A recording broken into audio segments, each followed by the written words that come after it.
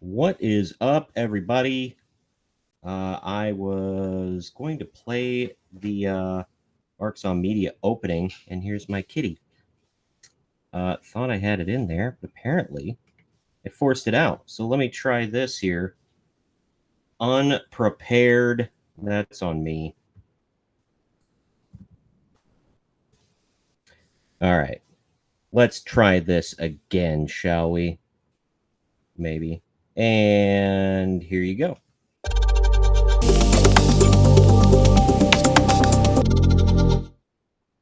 All right. Now that that's out of the way, what's up, everybody? It's been a little while. I'm back. I didn't realize last week until it was too late that I was not using the proper microphone. So, yeah, that kind of sucks. But either way, I'm here now using the correct microphone, my Yeti. So hopefully I sound better. And I'm also not sick, so don't have to deal with that anymore. I'm all cat dadded and dog dadded up. Got my foster animal, foster pet shirt on. I got my hitting my mic already. Cat dad hat on. We are good to go today, everybody. But we have a lot to get into, actually. Like I said, I haven't went live in a minute, so all the stuff piled up, and I was just going through. I'm like, wow, I really need some content for like some shorts on YouTube, and I wanted to go live yesterday. Things did not work out, unfortunately, for that. However, I was like, well, I'll go live Thursday. I can do an hour and a half. Hi, kitty. She wants to be with her daddy. My youngest of two calicos here. She just crawls all over me all the time. Say hi to Blessing.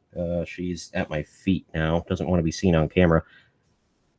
But yeah, there's a ton of entertainment news, be it in games, TV, movies, anime, you name it, all over the place. I tried to spread my news around. You will see quite a few stories from the usual suspects. I like to use Bounding into Comics a lot, and there's actually a lot from that Park Place this time around. So, gonna have a few articles from them, but I do have comicbook.com, one from Variety, and they're not all like politically leaning stories. I know, like I talk a lot about culture war issues and stuff like that in media. So we're going to definitely get into some of that. As you can, if you could see the schedule, I put it in the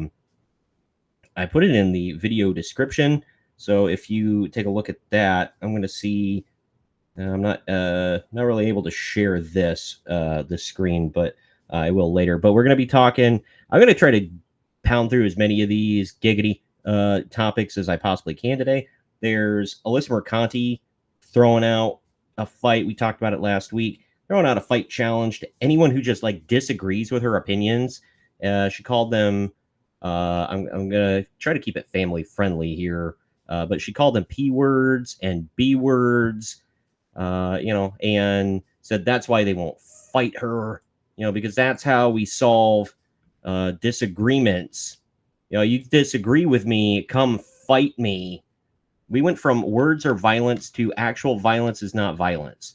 So, but she threw that gauntlet out, and then people instantly jumped on it. Women, by the way, thank God, not like Sam Hyde or somebody came out and was like, yeah, I'll take you on, let me throw on the gloves and bounce you around a little bit in the ring.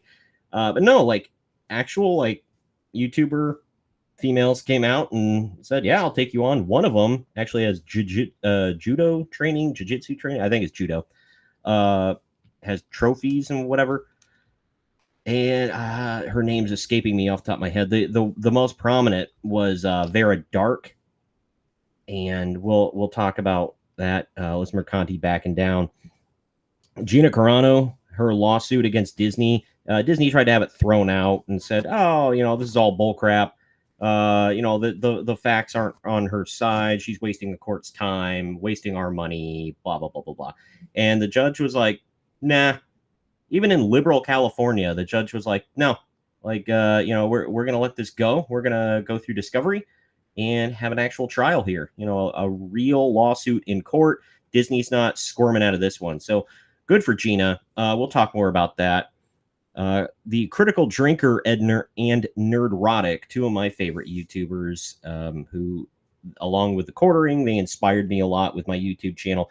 They are under attack by the corporate press, along with not just them. I mean, they're like the faces of it all, and apparently we're all just like mindless minions of theirs because we share opinions. But yeah, if you don't like the Acolyte, Star Wars the Acolyte, that means you're a terrible, horrible, no good, very bad person and a bigot, and you must be destroyed, and you cannot make money on YouTube for talking about that. So we'll get into that.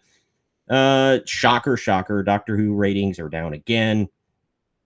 The biggest shocker is that Russell T Davies, the showrunner, is actually talking about it, so we'll get into that.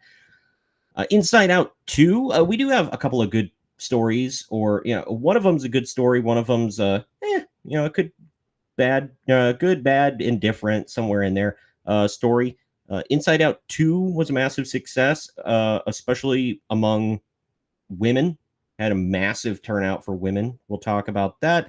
Spaceballs 2 is in the works, and it's set to star Josh Gad.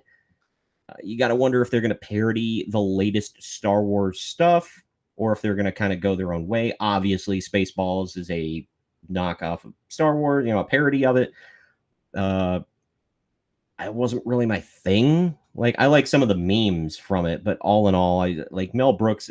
I loved Blazing Saddles and Young Frankenstein, but Mel Brooks in general isn't like my kind of comedy. I don't know. Ninja Kamui season 2, or Kamui, sorry, Ninja Kamui season 2 is announced. I have not watched it yet, but I did text my wife after reading this story, because I had it in my queue on Max, and I'm like, well, they just announced season 2. This looks cool. I at least want to give it a try. She loves anime. I love anime. She's like, yeah, sure, we'll watch it tonight. So, yeah, I did want to talk about. Everybody Hates Chris wasn't my thing. Wasn't my kind of show. Chris Rock is funny, but he's not somebody that I seek out his comedy. But there's going to be an animated sequel series documenting a different time in Chris's life. So we'll talk about that. Lionsgate, the studio, is super duper gay, and they want you to know. Also, super not gay, but pansexual is the new Dragon Age, the Veilguard. I have not played Dragon Age. I touched a little bit on this last week. Giggity. We're going to talk about that some more. Also, I realize I had, looking over it now, I had the Doctor Who stuff in there twice. Well, so ignore that. Blade 2, or not Blade 2. I don't know why I put Blade 2. Blade, the new reboot of Blade, loses its second director in 2 years. So there's a bunch of twos in there. I added an extra, but Blade lost its second director in 2 years. So it's in the pits of production hell, man. We'll talk about that. McDonald's teams with Kiki's Delivery Service, the Studio Ghibli film. I did do a review on that movie. I can't remember if it's here on Rumble. It's 100% a short on my YouTube. So if you go on YouTube, check out my channel. It is on there. I've reviewed a few Studio Ghibli films in either the form of shorts, like Kiki's Delivery Service, or in a long form. I did Tales of Earthsea. I did 2 shorts to review Howl's Moving Castle. I want to say there was a different... Hearts of something. I don't remember. I did a short on that, reviewing it. Return of the Cat, or The Cat Returns, excuse me, which is like a spiritual successor kind of to that movie. Or Whispers of the Heart, I think is the name of that movie. And then The Cat Returns, I did a 2 shorts on that, reviewing them. Those are here on Rumble. You can check those out in long form. A little bit into wrestling here. Just one story we'll dip our toe into. The Undertaker, who, if nobody knows, is married to Michelle McCool. They've made that very public in the last few years. So if you've paid attention, they also have a little daughter. I think they have a couple of kids, a boy and a girl, but the boy is like a toddler. The girl is 11, and apparently she wants to be a pro wrestler. I mean, she's 11. A lot of things can change in the next, 7 years or more. So you never know. But apparently she's very athletically inclined. She's got 2 very athletic parents. Michelle McCool is very athletic. I don't know if she did. I know she was a legit teacher for a while, but I don't know like if she did any athletics professionally, besides pro wrestling, obviously. But The Undertaker, obviously, he did basketball, and then he became a pro wrestler. So, but we'll get into that. A couple of Nintendo stories. Nintendo just had their June 2024 Direct. We'll talk about what came out of that. A lot of stuff come out of that. Specifically, my cousin is excited for Donkey Kong Country Returns HD. It's coming to the Switch with some updates. Finally, I love FNAF. I've talked a lot about FNAF since last week. My wife kind of liked it. She was like, "Oh, it's cute, whatever." She liked it. But I got a dry erase board, and I did. The meme of from Always Sunny, the famous meme of Charlie where he's like this with the cork board, and he's got all the stuff connected. I did that with a dry erase board, and she thought it was funny. But I did that for FNAF lore. She appreciated it. So we'll get into that, but it's the 10-year anniversary announcement. It starts, I guess, the 10-year anniversary is officially on August 8th.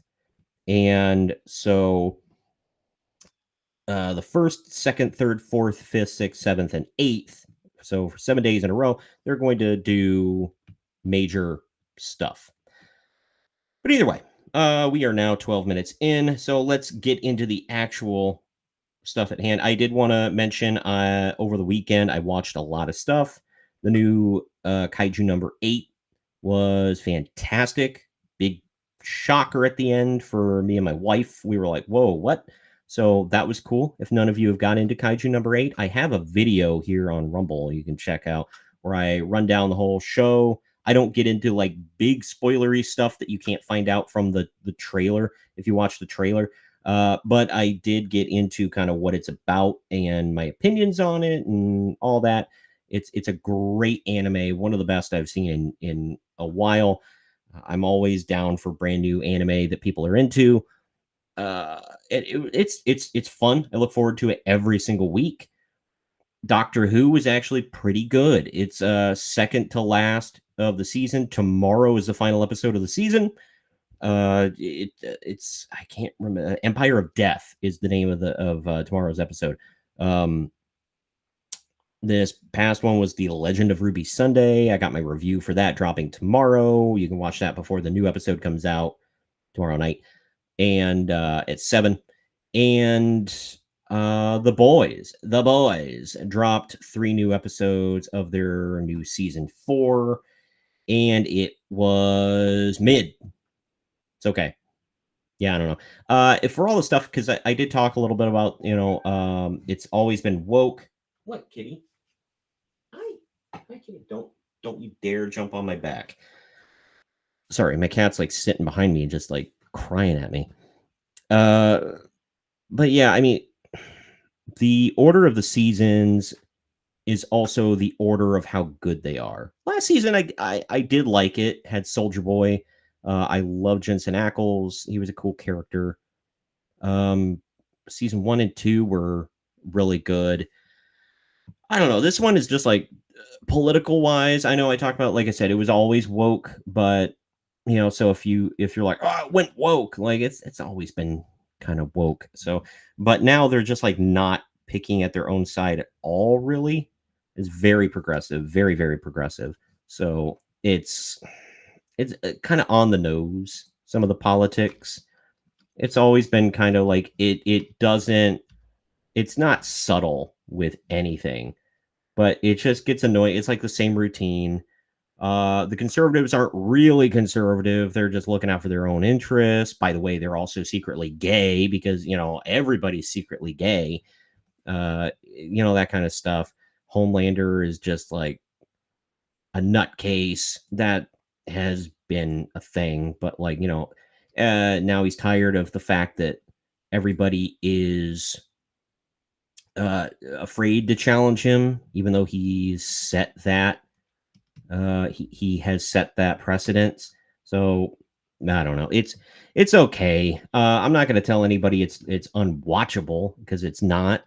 It's just not as good as previous seasons. But and House of the Dragon dropped their first episode in the new season. It was really good. Typical, for that universe where blood, sex, and violence kind of deal. There was one thing, they don't show it, but it's violence against a child that's like pretty brutal. And Rhaenyra only has like one line in the whole episode that's pretty ominous and leads to Daemon doing some other stuff that I don't know if she's gonna approve of. She's like, the trailer for the next few episodes is kind of proving that she's not happy with him, but I don't know. We'll see. This season should be really good. I love House of the Dragon. It's really good. I loved most of Game of Thrones up until near the end, kind of like everybody. But yeah, it's good show. If you have not watched House of the Dragon yet, I would suggest catching up on that. New stuff cycling in, man, while old stuff cycles out. I always appreciate that. I don't know when. I'm a filthy casual with my anime, so my wife and I only watch dubbed. I've no clue. They have not announced, as far as I'm aware, when the new season of Demon Slayer drops dubbed. Guess we'll find out eventually. All right. Getting into the subjects on the schedule. Start off with a little bit of this from That Park Place. All right. Kotaku senior editor Alyssa Mercante attempts to explain why she refused multiple fight offers after issuing the challenge to fight. Because she's a wussy. Nice ad. 5 positions for weight loss. Nice. Anyway, Kotaku senior editor Alyssa Mercante is attempting to explain why she refused to fight anyone after being the one to issue a challenge to fight. She was on, just to recap, like I mentioned earlier, she was on Giant Bomb. I guess it's a YouTube show. I don't effing know, man. But I'm not going to go over her comments again. She called people a C word, the B word, the P word, MFers, just lovely woman. Look at that face. By God. I've never seen a woman with a punchable face before. And I'm not saying I would. I don't condone that. Unless it's another woman, then by all means have that. But man, she's just super punchable. Whose video is this, by the way? Keemstar? Is that Keem? Oh no, the Trent Report. My bad. Sorry, the Trent Report. But either way, the challenge was accepted by a number of individuals, including YouTuber Vera Dark, who posted, I covered this last week, can't hit up this little bee who's hiding behind a block, so send me a DM and let's talk match detail. She added, let's do one better, and lay it out publicly. Winner gets $1,000. Loser has to put up content publicly announcing their loss. An article for you, a video from me, and 3 months for a venue and train? It's more than fair. Mara Jade was the one I was thinking of. She said, challenge accepted, sweetheart. And she had 3 trophies of first place in judo competitions. I was right, it was judo. Lorena Creole also wrote, quote, As Miss Alyssa has me blocked, I guess she won't accept a fight from a black woman. I'm still down for that throwdown. Come at me, you racist heifer. Nice. Man, she's getting it from all sides. Giggity. As we know, nobody else is giving it to her. Mercante initially attempted to entertain Dark's challenge, albeit she began putting her own stipulations on the fight. She wrote, "No prize money, charity only. You can't stream it for your bigot viewers." Oh, and she corrected some spelling. That's cool. And she wouldn't retweet. She screenshotted the tweet and then like subtweeted her. Like, man, for somebody who likes calling other people P words, I've never seen such a coward in my life. Keemstar posted some fitness pictures of Alyssa. Well, no, he shared Alyssa's fitness pictures that she posted. Ugh. And he said, "Dear Alyssa Mercante and Vera Dark, Happy Punch will help you set up your fight." Mercante promptly replied, "Not giving you any money, thanks." Okay, so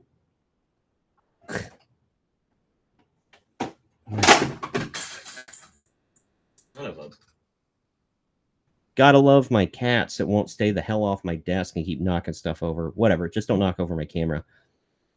She would double down on this excuse multiple times. She wrote, "You would earn money from this, and I dislike you." So it goes on and on. This article keeps going. Let's see. She's coping. She also claimed that Vera won't respond to her. And then Vera replied with receipts and said, "My last response to Alyssa, thumbs up." What a woman.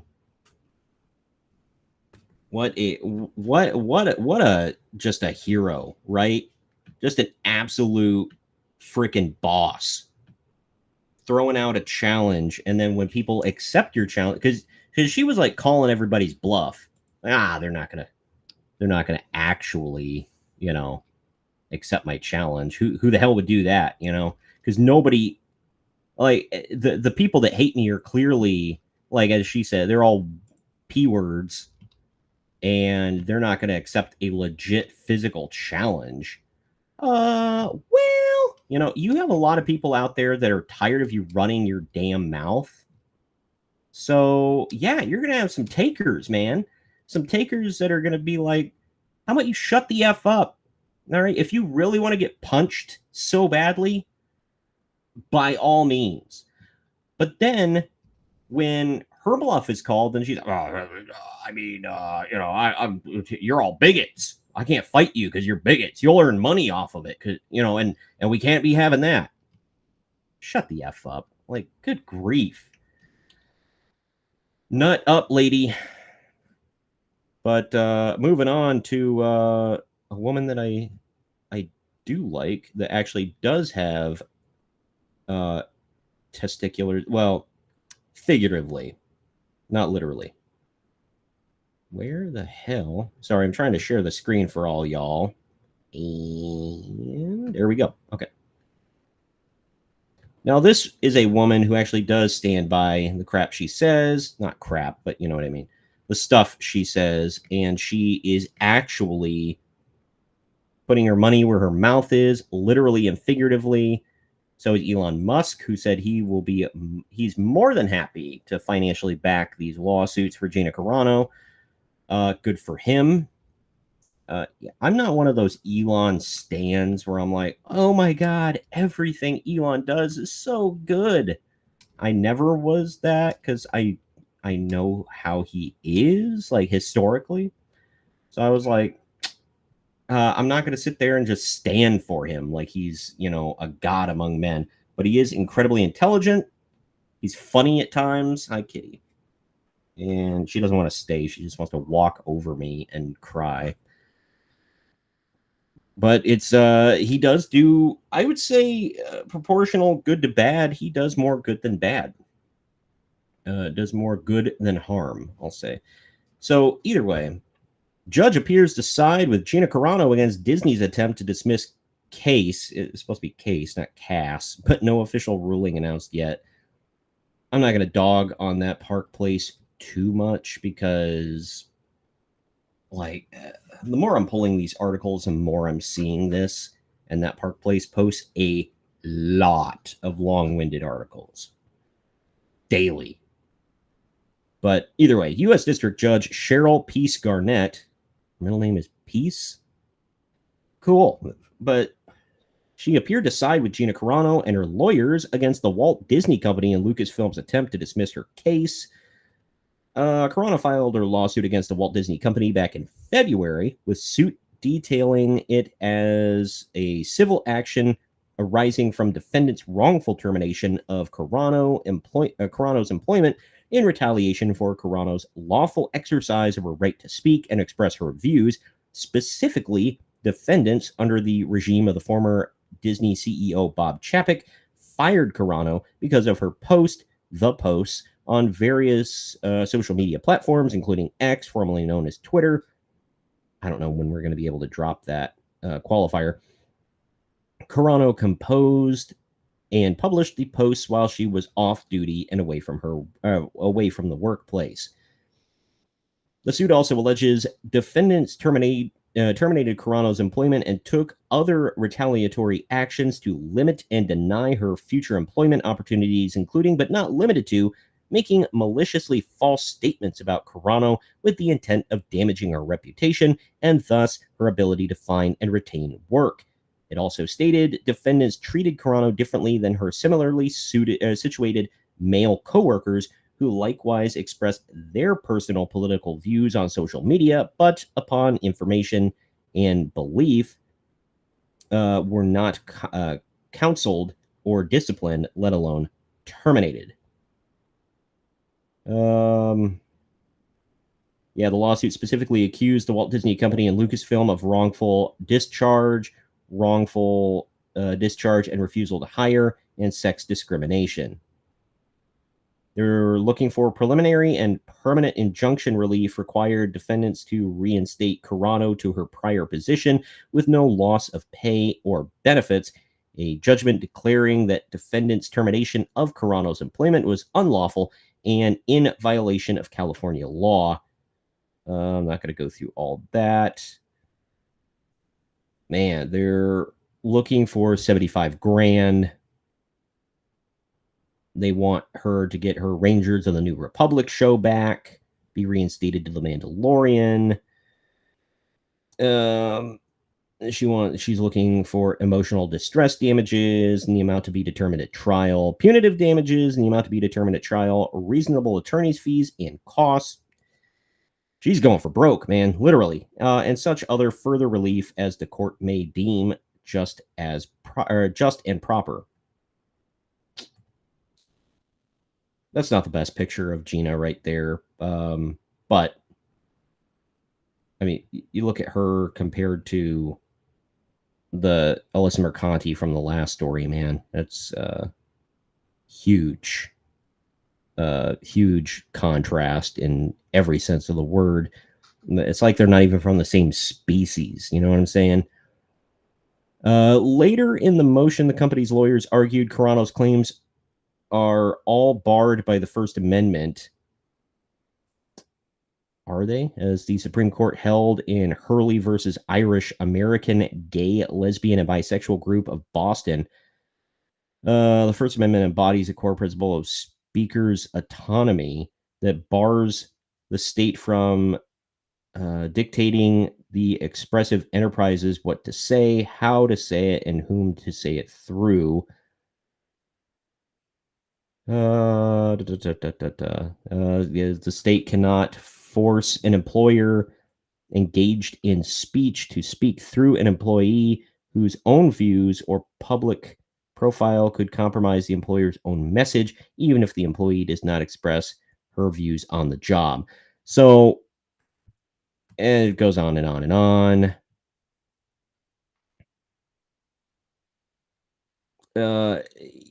Compared to they claim the Instagram post comparing criticism of politically conservative viewpoints to the Holocaust in bad guy from WW2 Germany. Yeah, so to people that are a little unfamiliar, let me just run down what I can remember from some of this. So they wanted her to put her obvious pronouns in her bio on social media. She said no. Said that's stupid. I'm not going to do that.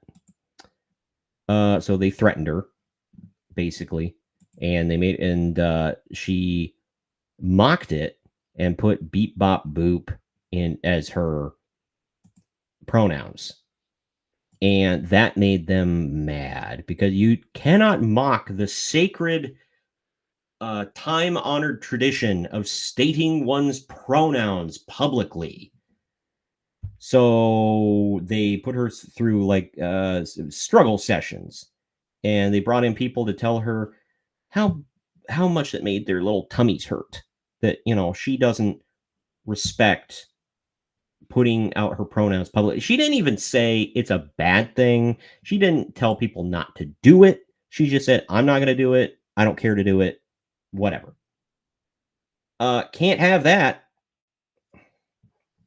Heaven forbid she thought for herself. She didn't do what the mob told her to do when they told her to do it.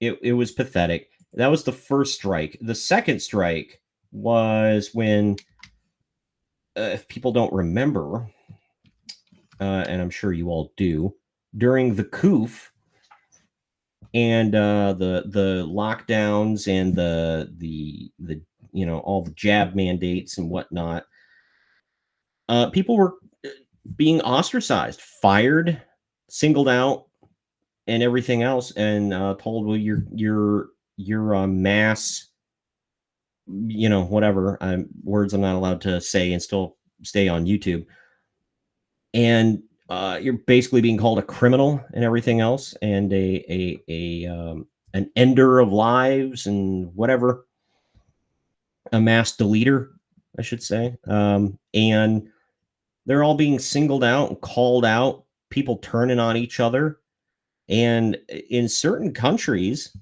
it was like the government and police, and in certain states, the police were coming after you, man. You were done. You were getting kicked out of public places. It was awful. I'll never forget it. I've never seen anything that crazy in my life. And her point, because they were trying to say, she's comparing being a conservative in today's times and having conservative viewpoints to being a Jewish person during the Big H, during World War II. No. Her point was, how did all of that start? By neighbors turning on neighbors, friends turning on friends, family turning on family, turning each other over, turning against each other, and being ugly to one another. And the picture she posted was showing like a German coming out in the street to beat a Jewish person with a stick or something like that, because they were told by their government to do it. And that's how it all started. Obviously, it got worse, but that was like her whole point, was like, hey, maybe don't turn on your fellow Americans. Don't start turning them over to the authorities, to the browncoats, And Disney couldn't have that, even though Grandpappy himself, Pedro Pascal, made multiple big H claims on social media himself in the opposite way. It's disgusting. Nobody said a single word about that. Not one. I wonder. I might be able to find Google image search here. Pedro Pascal. Yep, spelled it wrong. Okay, here we go. Here we go. Let me see if I can share my screen. Do, do, do, do, do.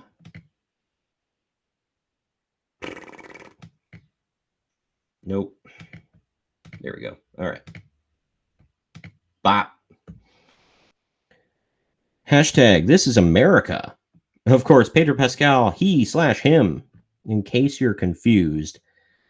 Germany, 1944. America, 2018.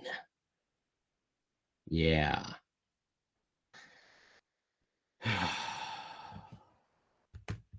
Nobody said jack squat about that. Oh, and of course he posted this. Okay. Oh, okay. Yeah, okay. So half of the country and possibly later this year, more than half, if things go right, is comparable to the bad guys from WW2 and the Confederacy in the Civil War. Good stuff, Pedro. Man, such big brain political takes from Pedro Big Papi Pascal. Good God. Big brain you have there on you. I don't know if Gina Carano, I hope she wins this lawsuit. I don't see her getting her spinoff. I don't see her ever working for Disney ever again in any capacity. And after seeing The Acolyte, man, why do you want to jump back in on that Star Wars train? I know it's making, like, you'll make money. It won't make money. You'll make money. I think you can work elsewhere. I would never want to work for Disney ever again. Give him the old Johnny Depp finger. Moving on. All right, this one shouldn't have to spend too much time on. Speaking of El Acolyto, entertainment media attacks Nerdrotic, the critical drinker, and fans in general over The Acolyte. There's more to this that I'll get to. Cast member assaulted at Epcot. That sounds bad.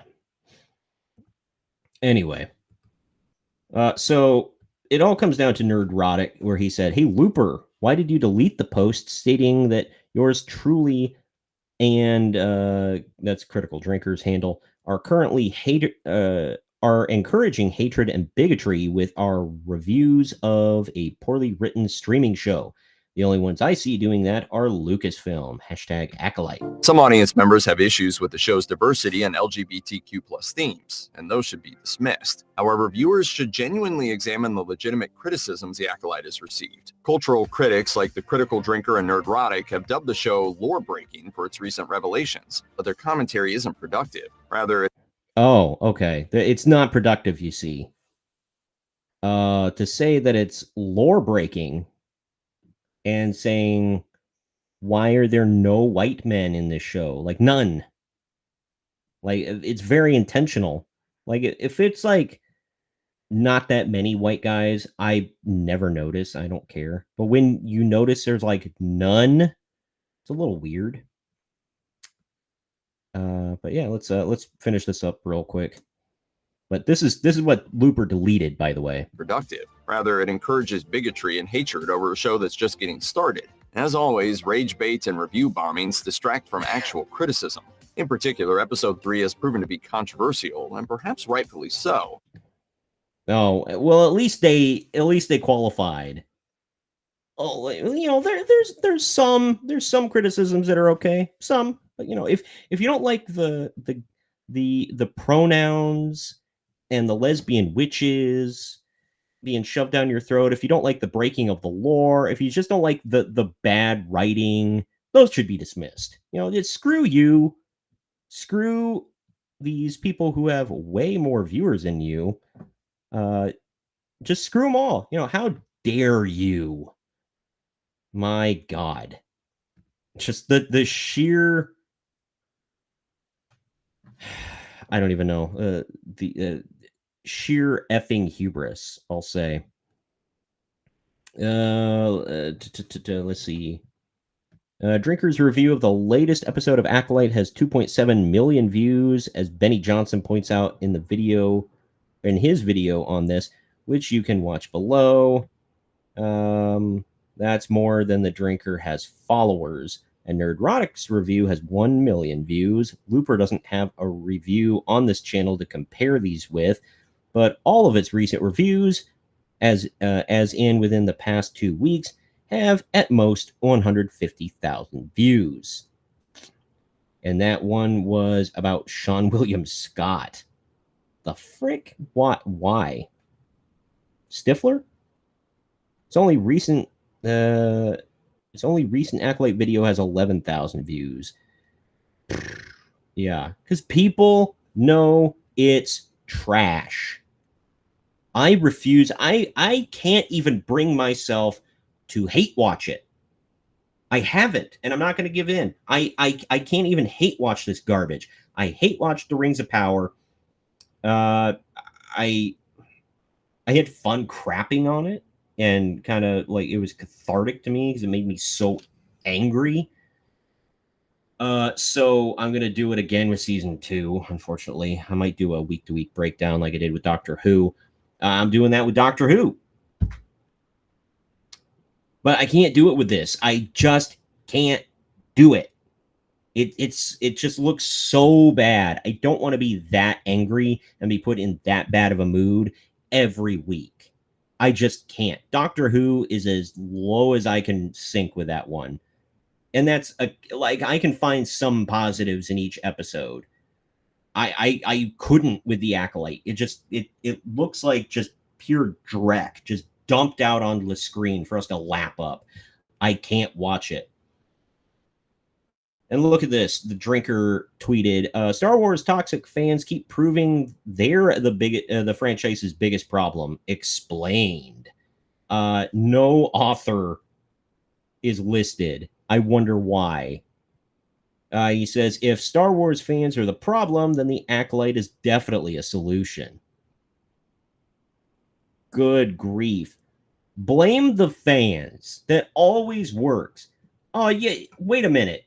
You fans of this product don't like this product that we're putting out? Well, it's clearly your fault. I don't understand that.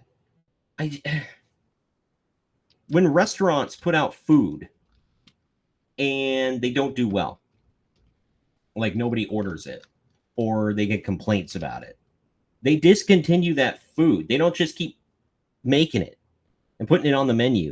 It's like, well, you're going to eat it, pigs. Slop it up. Because I told you this is what I'm making now. Eat it. They would go out of business. But these companies are losing money hand over fist. And they don't get, like, instead of saying maybe our product isn't up to snuff, they're like, no. Everybody else is the problem. It's that Principal Skinner meme. Am I so out of touch? No, it's the children who are wrong. Possum reviews, why does this happen literally every single effing time? Why is it always somehow magically the audience's fault when the TV show is terrible? Yep. The Acolyte's 15% audience score is embarrassing for the audience scorers. Okay. You don't like it? That's on you. Suck it up, Buttercup. We're going to destroy your IP, your favorite IPs, and you can eat it. Such a childish mentality. And then they gaslight us because they say, no, it's a childish mentality to complain that we're ruining your favorite things. How dare you? You let us ruin it, damn it. And if you don't evolve with it, then you're the problem. No, I don't want it to evolve. I don't want to evolve with. I like it because it's what it is. I fell in love with what it is, not what it's going to morph into that's completely different from what it started from. Nobody wants that or cares about it. Sorry, I'm getting upset, but the Acolyte isn't ruining Star Wars. You are. My God. these headlines. Like, not one single shred of looking inward. Like, just the hubris, the navel gazing that's going on here. Please, bro, the Acolyte is good, bro. You're all wrong, bro. You're ruining Star Wars, bro. Lesbian witches made Anakin, bro. That's amazing, bro. You need to like it, bro. Please like it, bro. Don't be a bigot, bro.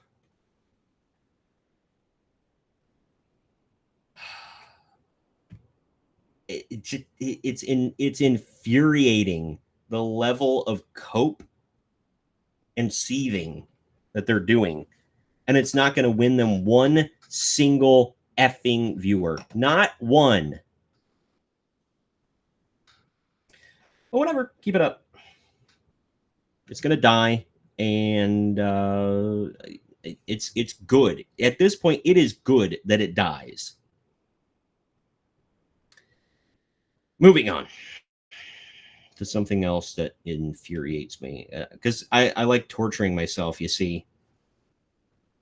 I like making myself mad, I guess. Doctor Who showrunner Russell T Davies confirms series is struggling with audiences, admits current numbers might not be the ratings we'd love. Don't worry, he has no introspection. And we'll go into this article here in a second. Don't want to touch on that here at the end, but in the face of actual concrete evidence to audiences' declining interest in the series, Doctor Who showrunner Russell T Davies has admitted that the series' current ratings are far from where he would like them to be.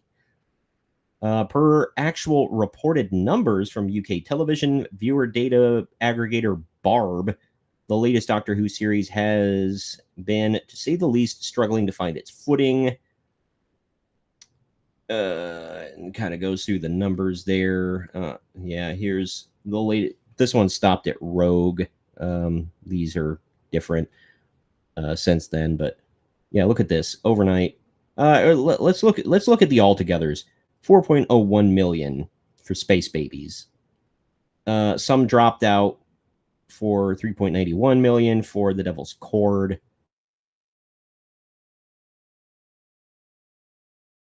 3.57 million for Boom Million. Or I'm sorry, 3.38 million for Dot and Bubble, and as of this article, they didn't have the numbers for Rogue. Oh my gosh, Kitty.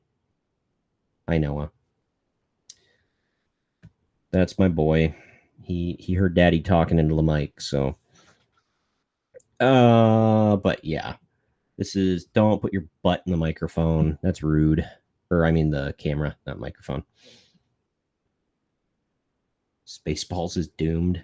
Good grief. I don't care that much about Spaceballs. We'll get into it, but yeah, this is not good. The ratings, I mean, you don't really need me to tell you that, but he did say, let's see.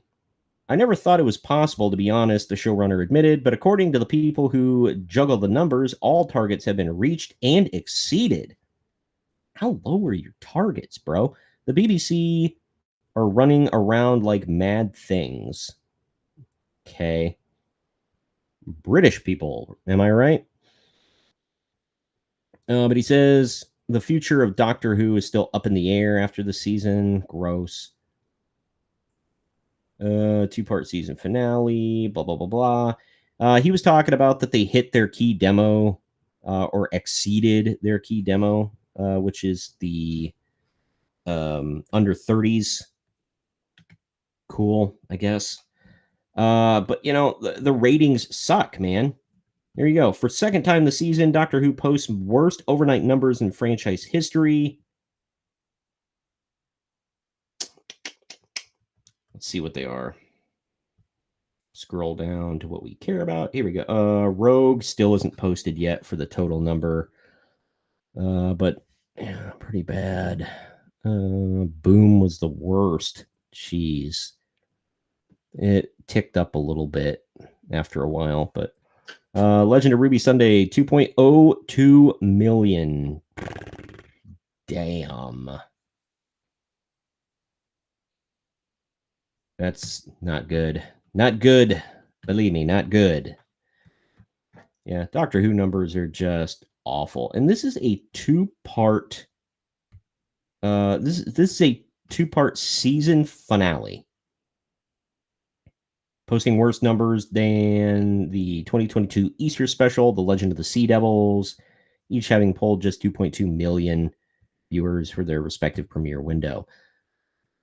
And I've heard the usual cope and seethe from the Whovians that liked this crap, talking about, oh, well, so many people are watching in other ways. It's on Disney Plus, and the numbers on Disney Plus are great. Are they? Have you seen the numbers for Disney Plus? I'd like to see them, because the numbers I just showed you are worldwide. We're not just on BBC iPlayer or whatever, but like worldwide. Nobody's watching this show. Like, those are god awful numbers for worldwide watch. Let me see if I can find House of the Dragon season 2 ratings. 7.8 million viewers for House of the Dragon season 2 episode 1.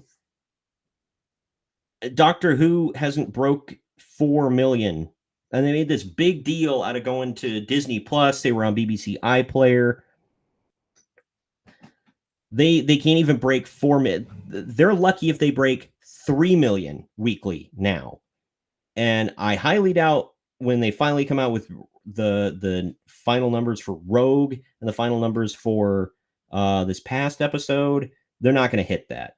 And I liked this last episode, The Legend of Ruby Sunday. It was good. I mean, it had some flaws, but all in all, my review video that's going to be going up tomorrow is kind of short, because I didn't sit there and pick it apart and trash it, because there's not much to trash on, honestly. It was okay, and it actually felt like Doctor Who for the first time in a long time. I have not, I like The Devil's Cord, but there was a lot to pick apart about it, which I did in my review. You can watch it now on either Rumble or YouTube. But all in all, the episode wasn't bad, but it's just like people are tuning out in mass. They're tired of it. They're tired of seeing this. They're tired of getting kicked in the butt over and over. And then, you just saw Russell T Davies like, well, we're pulling in under 30s, like, which is, I was brought in to bring in the under 30s. How many of them are watching, though? And when I go to a Comic-Con, there's a ton of Doctor Who fans, but even those are dropping off.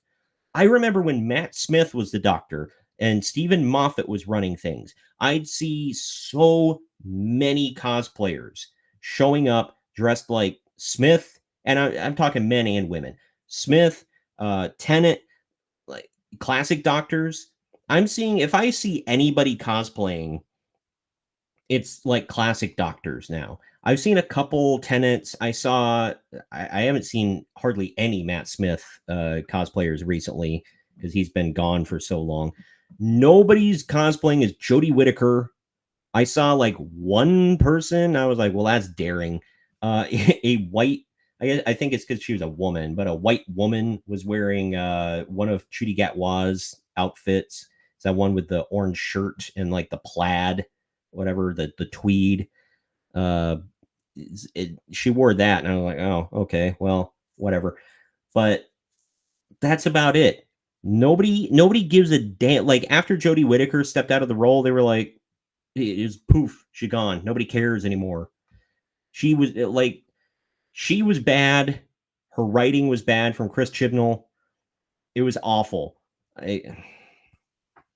Like I said, it's not a phenomenon anymore. They can pretend it is. Oh, it's on Disney Plus now, which nobody watches Disney Plus either. Their numbers aren't good. They've never made money on Disney Plus. That's what they were complaining about at the beginning of the year. Bob Iger was like, this is the year we're finally going to make money off of Disney Plus. I've yet to see it, man.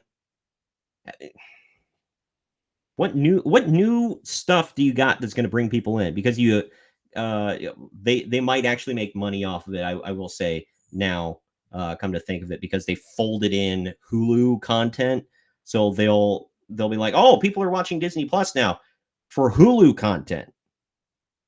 Bring in the Hulu subscribers, I guess. Because I will admit it's easier just to pull up one app and you can kind of go through everything, even though you still have to subscribe to 2 services to get it all on one. Is effing stupid. Speaking of Disney, though, let's talk about one of their successes. I know, shocking. We don't hate everything here. I'm trying to be somewhat positive. This one's also from that park place. Look, the title seems kind of negative, but I'll get into it. It's not bad. Inside Out 2 wins with women. Shocking box office explosion leads to huge merchandise support. I'm not going to go through the numbers because these are all changing. Whatever. Elemental was slow going. It did become a success. I will say I didn't hate that. I put off watching that movie for so long. And then my wife and I were bored one day, and I was like, you want to watch Elemental? It was on Disney Plus. She's like, yeah, sure. So we put it on. It wasn't bad. I didn't hate it. The main character, the man, Wade, that was the water. Thought he was annoying as all hell, but either way, Lightyear sucked. I won't watch that one. I have no interest. I was thinking about it, and then I'm like, there's so many things I want to watch and that doesn't even make the top 100. I literally have a list. I'm not going to show you because it's not going to come through on the camera.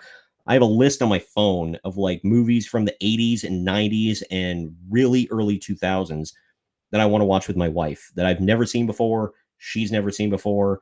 I'm like, why not? There's nothing new that's any good. But I enjoyed Inside Out 2, or Inside Out 1, excuse me. I watched it. I've seen it 3-4 times. It's pretty good. It's not my wife's favorite, but she liked it. She didn't like it at first, but she watched it again and got into it. But yeah, there were high expectations for this. I wanted to get to the merchandise here. So here they did a lot of promotion for it in the parks. As you can see, the characters, those actually the outfits look pretty cool. I love Lewis Black, so him as Anger was like perfect. Is that an app? Panels of artworks on the film, the second floor of the hotel. Huh. Okay, then photo lens at Disney. Oh, maybe that was it. Photo lens at Disneyland Resort. Let's see. Different things you can pose in front of. Tons of promotion. And then they have like, food, beverages. It's making me hungry. Anyway. Is that chicken and waffles? I'm not a big chicken and waffles guy, but I like it. Popcorn, special popcorn boxes. You got the cups, donuts, shirts, backpacks, the plushies. You got the Funko Pops, whatever the hell that is on the right there. Little dolls. I mean, this is a perfect movie for kids and teens, especially. Look at all these posters they got. They're hitting it hard at all Disney parks across the country. The world, not the country, but the world. Disneyland, Disney World, Disneyland. I guess there's a Disneyland Shanghai and a Disneyland Hong Kong. So China gets 2. I did not know that. And then Disneyland Paris, formerly Euro Disney, for anybody old enough to remember that. And I want to say there's one more. I could be wrong, but either way, I did a short about it that where I talked about. See, Inside Out. There you go. Disneyland Resort, Walt Disney World Resort, Hong Kong Disneyland Resort, Shanghai Disneyland Resort, and Disneyland Paris. Okay, so I was wrong. That's it. So either way, yeah, people are liking it. Women turned out huge. 60% of the audience of is women, which I can't say I'm surprised about. But that's not a negative thing. Some people like to hold that up as a negative. I'm looking at Rotten Tomatoes. I'll share this here so you can see what I'm talking about. Inside Out Dose. Here. Rotten Tomatoes. 92%. Tomato meter, 96% audience score. And had a lot of ratings. Where's the review bombing, guys? It's a chick movie. It's not. It's not a chick movie. I'm just saying. 4 out of 5 stars, 5 out of 5 stars. Yeah, I mean, it's a good family movie. And here's the secret sauce, Disney, something that you used to know that you didn't have to be told in the past. Just make a family movie without a political message. The first one was cute, and it helped people kind of figure out. It helped people not figure out emotions, but kind of. One person put it, their kid is on the spectrum, and it helped them kind of. It helps to put like visuals to ideas, and this was one of those situations. So that really helped them do that, is they're like, oh, I can think about it like they're real people living in my head, and these different things are islands, and I'm building new islands with new personality traits and whatever else. So I mean, I think it's a net positive. It was emotional at times. It was emotional throughout the whole thing, but it was good. It was cute, funny, family friendly. There's nothing objectionable about it, or objectionable about it. Excuse me. I'm looking forward to seeing the second one. I'm probably not going to go to theaters to see it. My wife, trying to drag my wife to a theater is like pulling teeth. So, yeah, I don't know. It's good. I'm looking forward to seeing it, but it's a much needed win for Disney and Hollywood as a whole. Giggity. Let's get into Spaceballs. Balls. Spaceballs sequel. This is from Variety, as you can see. Spaceballs sequel in development at Amazon MGM with Josh Gad starring, Mel Brooks producing. I don't know who Josh Gad would play if they're going to do a parody. Oh, whoa, what? Is this breaking news? Hold on a second. When did this hit? Yeah, wow. This morning, Donald Sutherland died. Damn. Oh, that sucks. Star of MASH, Clute, and Hunger Games dies at 88. I don't know what Clute is. I love Donald Sutherland, man. 30 Dozen, MASH, Clute, Don't Look Now, Ordinary People, Without Limits, Hunger Games. Died Thursday in Miami after losing after a long illness. CAA confirms he was 88. For over a half a century, the Emmy and Golden Globe winning actor memorably played villains, anti-heroes, romantic leads, and mentor figures. His profile increased in the past decade with his supporting roles as the evil President Snow in the Hunger Games franchise. Yeah, he did a lot, man. He was in stuff across the decades, across the generations. His son, obviously, Kiefer Sutherland is a huge deal. That sucks, man. Donald Sutherland, 88 is a pretty good age. I'll say it's not like he was a spring chicken and a strapping young lad, but dang. Well, rest in peace, Donald Sutherland. Breaking news here on the pod, or not the podcast, but on the show. Damn. Getting back to Spaceballs. How do you transition from that? That's some sad news learning about right here on the stream. But either way, getting back to Spaceballs.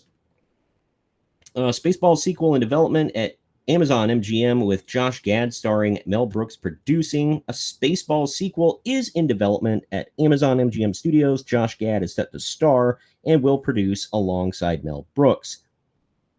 They're talking about who all is going to make it and produce it and blah, blah, blah. The plot details are being kept under wraps. Amazon declined to comment. It's in early development. Writing duo Samet and Hernandez are best known for their works as screenwriters for Teenage Mutant Ninja Turtles, Mutant Mayhem, Pokemon Detective Pikachu. That was a good one. Addams Family 2. That was fine. An upcoming Disney Plus / Lucasfilm special, Lego Star Wars Rebuild the Galaxy. Random. Yeah, I don't know.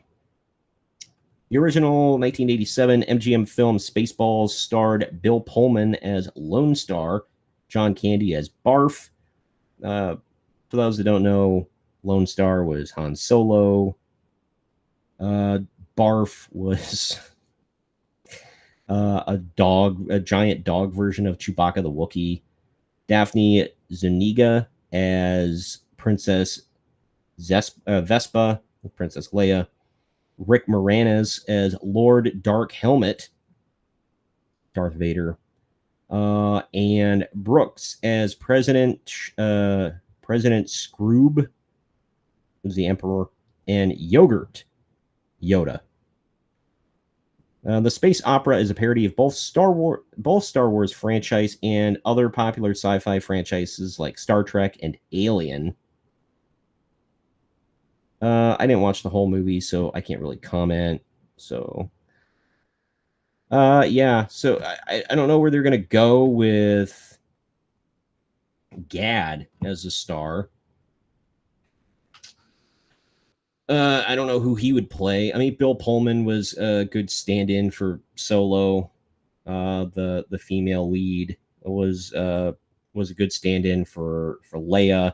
They did not follow the story beat 1-to-1, so they didn't have a Luke Skywalker or any of that stuff. Like I said, I didn't watch the whole movie. I've seen bits and pieces of it. That was more like my dad's kind of comedy. I was just kind of like, dumb, whatever. But I have a friend who loves Spaceballs, and he thinks he's cool and edgy by saying that it's better than Star Wars. And like, okay, dude. But they had a female C-3PO that bitched the whole time. It was funny, but yeah, so we'll have to see. I don't know if they're gonna have like a super original story or if they're gonna try to parody the sequel movies that just came out from Disney. Well, not just. I mean, years ago, but or even the prequels. They might do like a prequel to Spaceballs. That would be hilarious. We'll see. I don't know. Spaceballs 2, everybody. Spaceballier. Spaceballs 2, Electric Boogaloo. Space Electric Boogaloo. Drink break.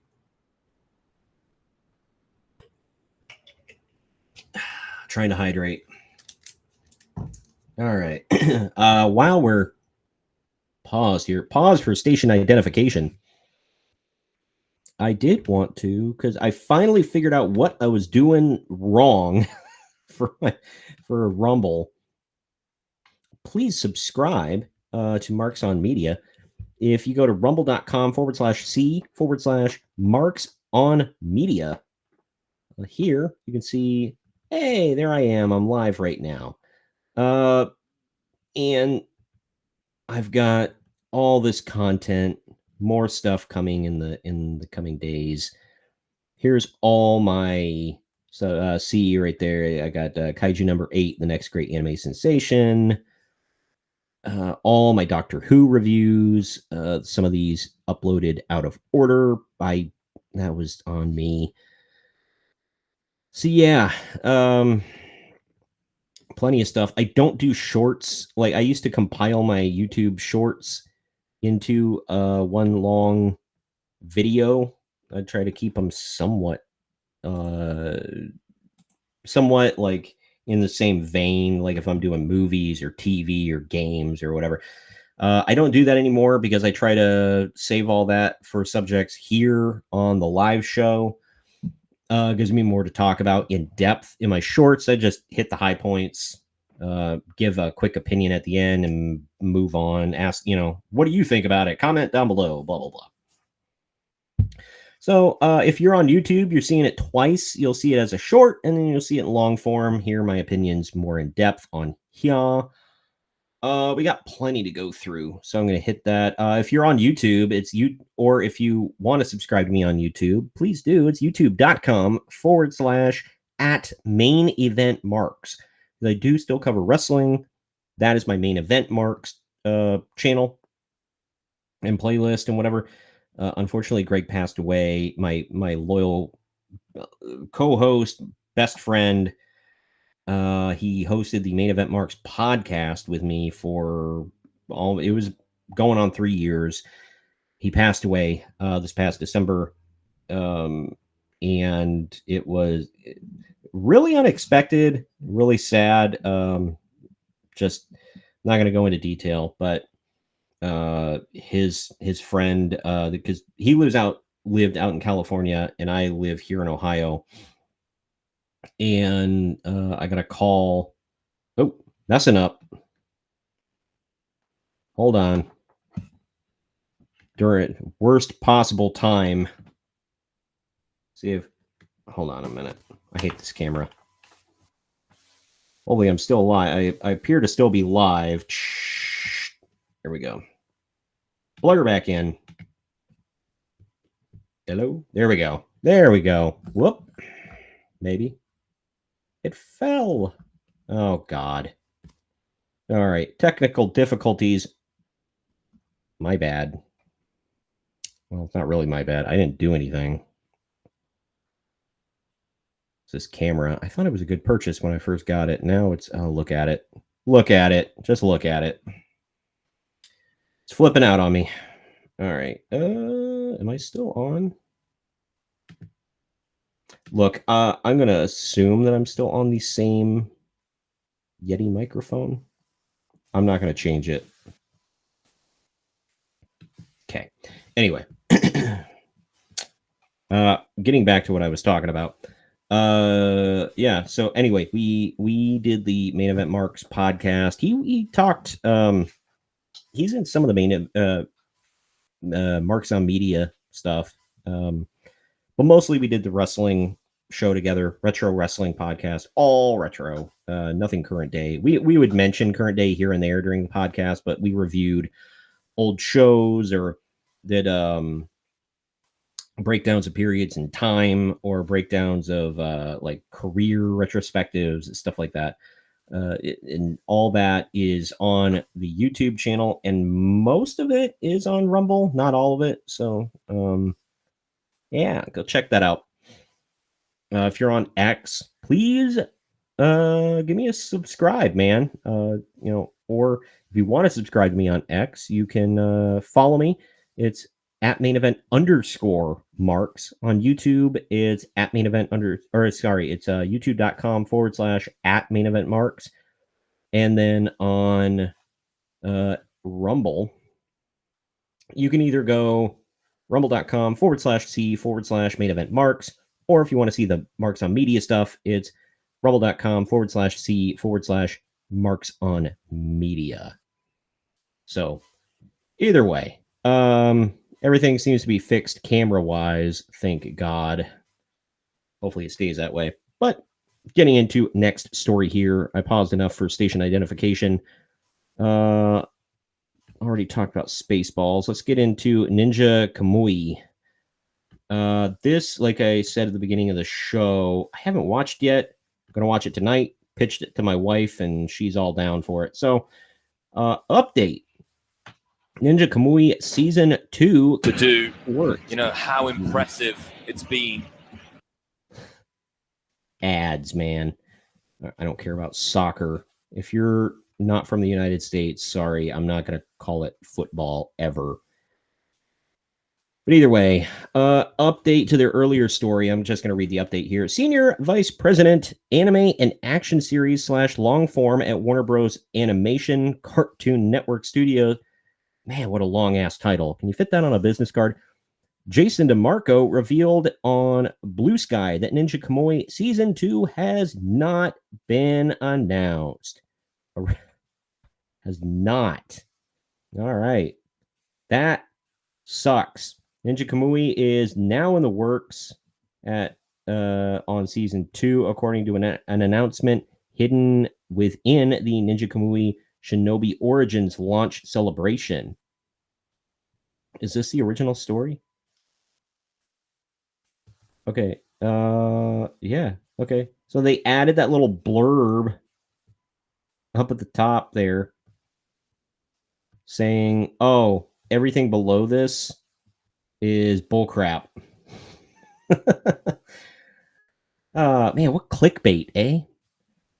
Yeah, Ninja Kamui was an entirely original anime series produced by Adult Swim and Warner Bros. That made its debut last year and ended up being one of the most popular series released on Adult Swim and Max overall, which is why I'm going to start watching it. But yeah, it's said it's not been announced. Damn. What they were referring to, by the way, is this. Joseph Chow, CEO of Sola Entertainment, said the following about the anime's future. Ninja Kamui anime series has become the most viewed anime ever in the history of both Adult Swim and Max. We hope this game will continue to entertain the fans around the world while we work on Season 2 of the anime, Be the Ninja. I like how he says that, and then the guy who is like really in charge of all of it comes out and just throws cold water all over everybody. He's like, oh, no, none of that's real. It's not going to happen. Right? It might happen, but it's not official. You know,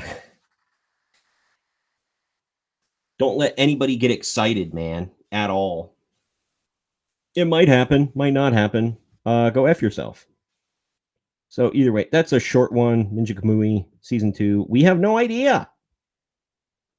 No idea. Okay. This one I don't. I also don't have a lot to say about it. It is Everybody Hates Chris revival announces returning cast. Chris Rock, Terry Crews, and Tichina Arnold. Is that how you say her name? Tichina? For an animated series. So this is not a live action series. They're just doing voice work. But yeah, they're bringing back the parents. They're bringing back a few others. Chris Rock, obviously, and the people who played his parents, Terry Crews and Tichina Arnold, reprising their roles. The show will be called Everybody Still Hates Chris. They're bringing in new characters, Tim Johnson Jr. Well, these are actual people, not characters, but they're going to be playing characters. Tim Johnson Jr., Terrence Little Gardenhigh, Ozioma Akaga, and Gunnar Sizemore. Rock told the outlet, I'm very excited to introduce the world to another funny side of my childhood. High school? Maybe? Because I think he was like middle school in the show, I would assume. But yeah, and Tyler James, this is what I wanted to get to. Tyler James Williams, who played Chris on the show, I guess he said, yeah, because he's in Abbott Elementary now, which I don't watch, but he talked about the transition from being a child actor. It turns out that it was a real fight to secure his place in Hollywood.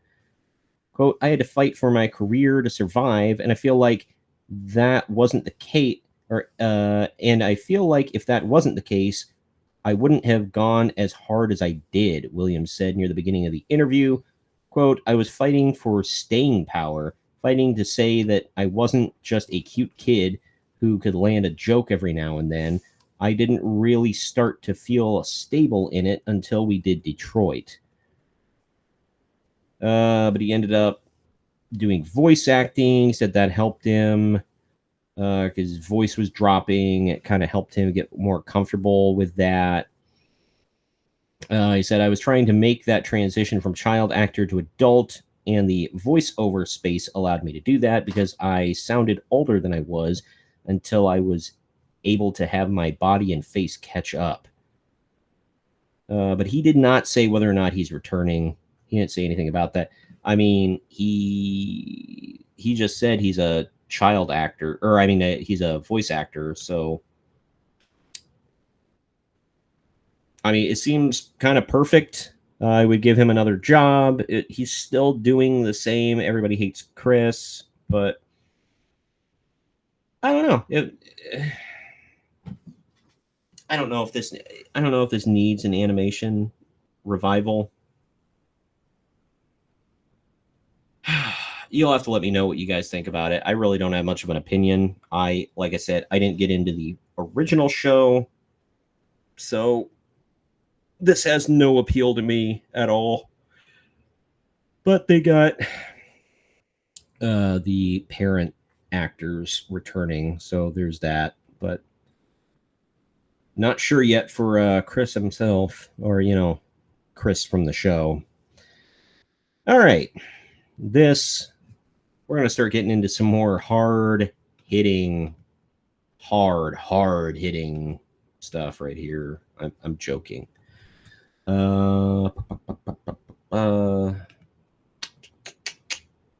Let's see. Dragon Age. Okay. Sorry, I'm trying to pull up the next couple of articles here to prepare, because two of them kind of dovetail into one another in a way. Sort of, kind of, maybe. This next one is coming to you courtesy of Bounding into Comics, which is one of my favorite websites. I get a lot of my news from there. After failing GLAAD's 2023 Studio Responsibility Index, Lionsgate develops new Story Spark tool to improve diversity and inclusion.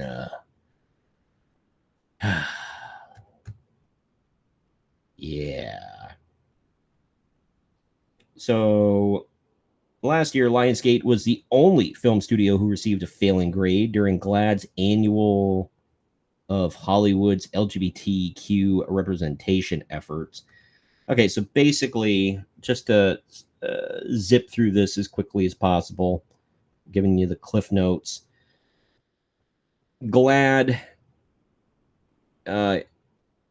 measures every studio every single year.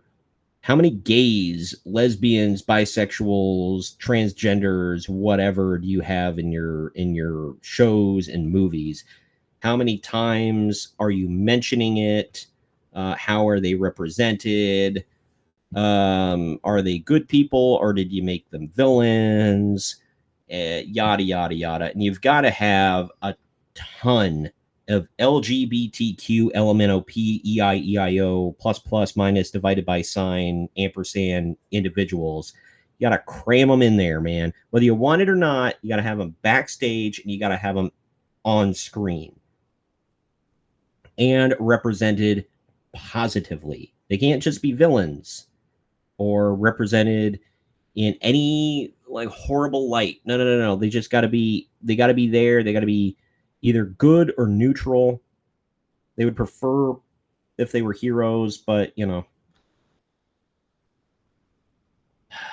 But yeah, so they have the Studio Responsibility Index, which grades and maps the quantity, quality, and diversity of lesbian, gay, bisexual, transgender, and queer characters in films released by 10 major motion picture studios during the given calendar year. What a life, man.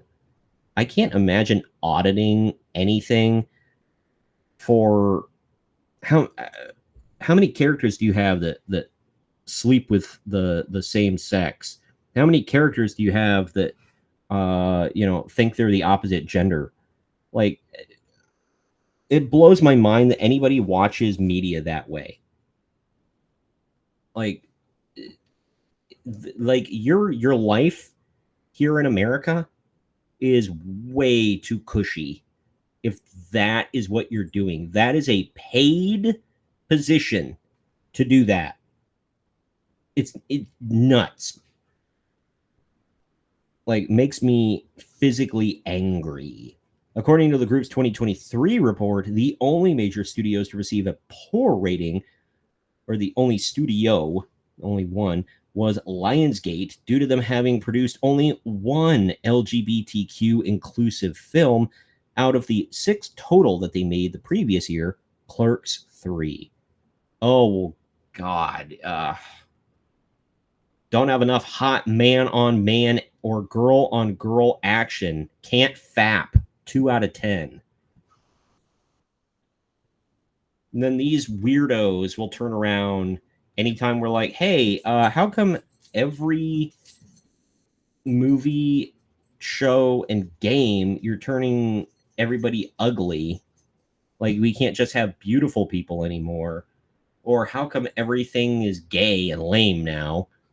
And they're like, oh, wait, you coomer? Stupid gooner, you can't sit there and fap. Oh yeah, you sicko. Like, what are you talking about? Like, you're sitting here measuring how many characters are getting it on with each other. God. Yeah, let's see. Apparently A24 was the top. Oh, no. Warner Bros. Just edged out Disney, but they got insufficient. Apparently everybody's just sucking. A24 got a good rating. Amazon Studios got fair. Apple TV, poor. Lionsgate, failing. NBC Universal, good. Netflix, fair. Paramount Global, fair. Sony Pictures Entertainment, insufficient. Walt Disney Company, good. Shocker. And Warner Bros. Discovery, insufficient. Insufficient. Who the hell are you to say insufficient? Like, how about you go take a long walk off a short pier? Like, put your head between your knees and do something that would send you to hell.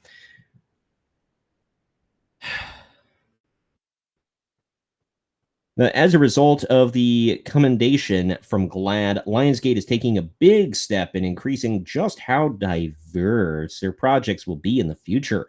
During the June 2024 CAA Amplify Industry Summit, Lionsgate revealed their new creation, Story Spark, described by Variety's Angelique Jackson as a free online tool that helps creatives and development executives measure diversity and intersectionality in storytelling.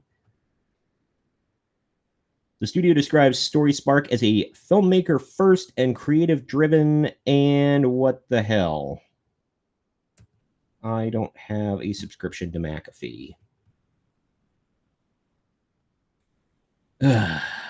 Things are just, technology hates me today. But anyway, the studio describes Story Spark as a filmmaker first and creative driven, collaborative, and open-ended development tool. That's a mouthful. Which provides guidance towards telling more inclusive stories. The report further detailed, there's no pass or fail grade for each script, and to note, this tool is not artificial intelligence, but instead guided by the creatives and executives who bring these stories to life. So, artificial intelligence. What else would you call this? Like, that's gobbledygook. It is AI. That's what it is. It's gay, or it's gay-I. Like, does it actually give you those notes? you're like, hey, here's my script. Can you go over it? Yeah, not enough hot butt stuff. Must have more butt stuff. Failing grade. The free online tool. Oh, well, thank God it's free and online that we can all use it. I know that's what I'm looking forward to. I'm writing novels right now. I should just I should push them through. My novels don't have a single character in them. Not one that's not straight. There are quite a few of them. You don't know their sexuality because it's not important. That's the last thing I care about. Not one discusses their pronouns. Not one. It's super easy to do, by the way. It's just kind of normal. But anyway, it considers 6 key dimensions of inclusivity, character diversity, character intersectionality, character dimensionality, the frick, narrative portrayal, creative team diversity, and groundbreaking inclusion. What more ground is there to break? You've had everybody of all walks of life. Do we need a main character that's into puppy play? I like what else? What other ceilings? What other glass ceilings are there to break? This is infuriating. This is just like speaking to the tool's existence. Lionsgate SVP and head of inclusive content. What a useless person. Kamala Avila Salmon told audiences that StorySpark is a simple, friendly, easy-to-use partner in content development that feels more like a BuzzFeed quiz than a checklist. Oh, a BuzzFeed checklist. Oh, well, that makes me want to use it even more. And here she is. Looks exactly like you would expect her to look. Look at those damn glasses. Oh, God. She's married. Probably to a woman. Speaking appearance at UCLA. Go figure. Power Women Summit. God, what is this? Lionsgate president and president of production, excuse me, Aaron Westerman speaks at the RAPS 2023 Power Women Summit. Useless. An 8% increase in LGBTQ representation from last year's report. Oh, there's more gay. You know that shoot it into my just hook it into my veins. Yeah, like that meme with Barney. Let's see if I can find that. I have it.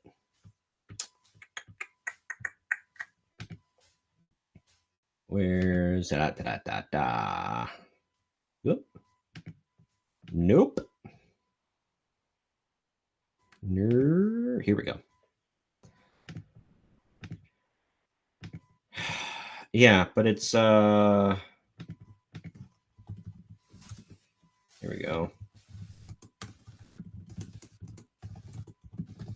Sorry for the pause. I just wanted to get this point across. Here we go. Just hook it to my veins! Yeah. But they're doing that to Hollywood with rainbow messaging. More. Gotta have more. Can't just be. You can't just have a movie or a show or a book. It's got to be filled with. It's got to be filled to the brim with gay. That's why they love The Acolyte so much. You gotta. They watch shows like The Acolyte and just think. More. Yeah, something like that. Speaking of which, of the Rainbow Coalition ruining everything. Let's go to this. Boop, doop, boop, boop, boop. Dragon Age, the Veilguard creative director declares all companions are canonically pansexual. Cool, bro. Cool, dude. Dragon Age, the Veilguard creative director John Epler confirms that the companions in the game are pansexual. Epler informed Game Rant there's a difference between player sexual and pansexual. What the all companions are canonically pansexual. God dang. According to Urban Dictionary, a so-called pansexual is a person who is sexually interested in other people regardless of gender, including males, females, transsexuals, transvestites, gender benders, hermaphrodites, intersexuals, androgynous people, and those with sex chromosome anomaly and as Klinefelter syndrome or Turner syndrome. Cool, dude. John Epler. The man has no balls. Interestingly, after these comments were publicized, Epler locked his account on X. What did I say? The man has no balls. Lock it down. Tong tong. Damn, bro. He just like dropped that grenade and ran.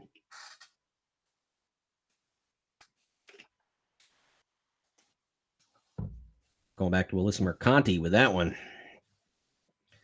I'm gonna refrain from calling her what it fits in perfectly with her name. Perfect nickname, but I'm not gonna say it. We're trying to be somewhat family friendly here. Even though I just said that the man has no balls. You get it. Yeah, so excuse me. Epler's comments come amid Dragon Age, the Veilguard's game director, a man who claims to be a woman and uses the can I say that? I don't think I can say that. And uses the name Corinne Bush, former IGN, or informing IGN that the characters were pansexual. IGN's Alex Stedman detailed Bush insists that they're all specifically pansexual, and that might come through in what you learn about their backstories. Bush then explained their past experiences or partners, they'll reference them, and indeed who they'll become romantic with. He continued, for instance, we saw Harding. I might be playing a straight male character flirting with her, but I choose not to pursue a romance. She might get together with Tosh. So my perception, my identity, has no bearing on their identity, and that comes through really strongly. He went on to detail, it's not until the later part of the game where you really commit to romance, and it gets pretty spicy. Why?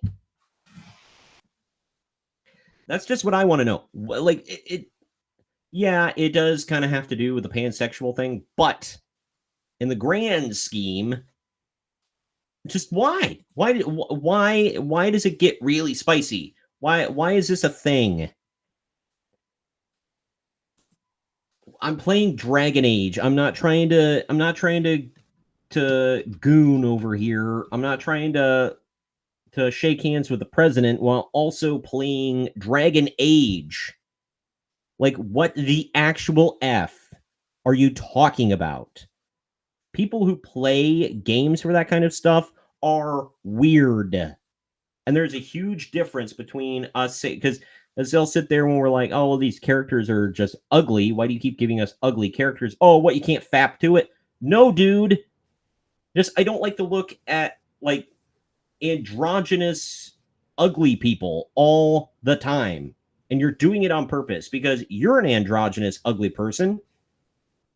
So you're making everybody an androgynous, ugly person. You're doing it on purpose. You know what you're doing. Like, they were so disingenuous about that over, like, this wasn't a game, but it was the stupid green M&M. They're making her look less feminine. Oh, we can't fap to the M&M now? No, dude. You changed it on purpose. You know what you did. You are the one that changed it. You need to explain yourself. I don't need to explain myself. And this game, why does the sexuality, why is it a thing where I need to care about who my character is boning? I don't care. I don't give a crap who my character might want to bone. That should have no bearing on the game itself. It's disgusting. You're playing Dragon Age. This is not a meet and greet on Grindr. As for the spicy scenes in the game, Bush confirmed that they do indeed occur. Quote, of course, we are an M-rated game. We do have undressedness.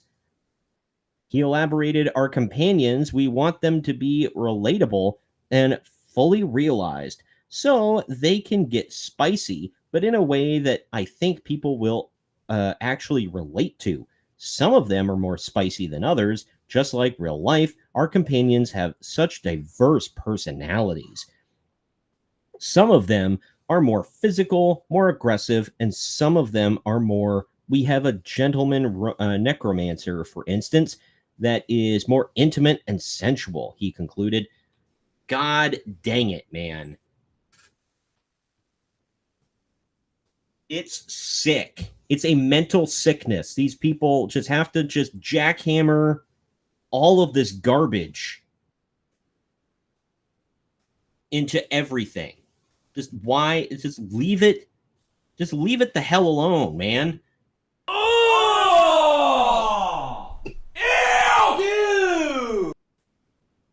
Yeah.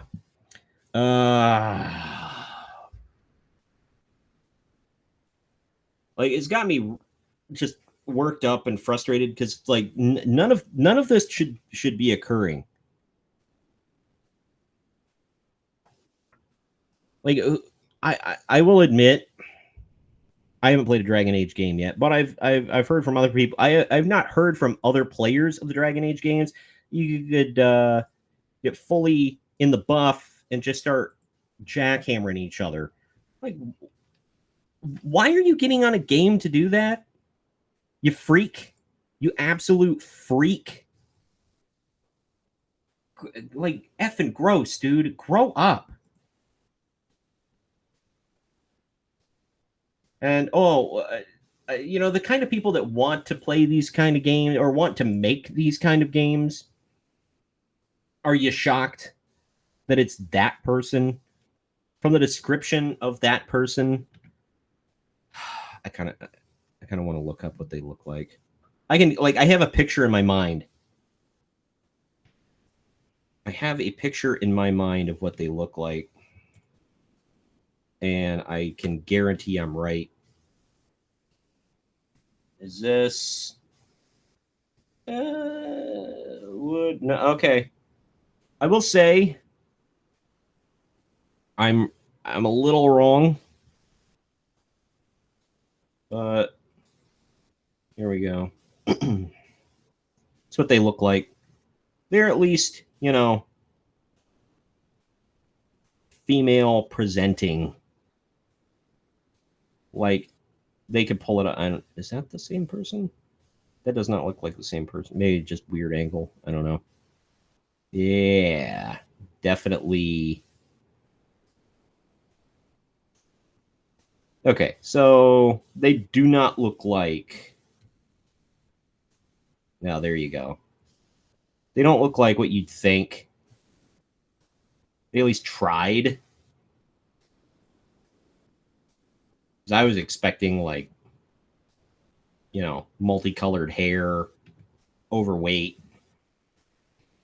5 o'clock shadow, sweaty. That's what they sound like.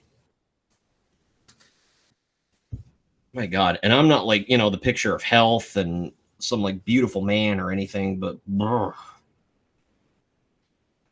these people are just disgusting. And it's the same type of people doing this over and over and over. Just leave games alone, man. People are sick. I know I've been going on for a while. I got a few other things I wanted to hit before I drop off. Let's see.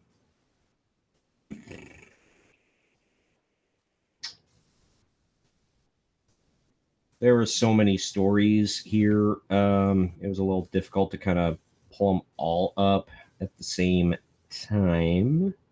Some of these I'm going to skip just because, it's there's not a lot of meat on the bone. Like the Kiki's delivery service teaming up with McDonald's over in Japan.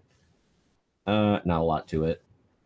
I pretty much told you the whole story there. So they're doing like a promotion. It's a little odd in the year of our Lord 2024. Be digging up Kiki's delivery service, but they did, and it's they're just doing it like as a promote. They're doing like little shorts. So I'm gonna skip talking about specifically Donkey Kong Country because I'm gonna go over. This is gonna be a long one. I'm gonna go over Nintendo and all that, but a couple stories I can get to really quickly. First, I don't know if anybody gives a damn about this, but here we go. This is why I made it a short. Marvel's Blade reboot suffers yet another stake through the heart as filming loses second director. Vampire puns. The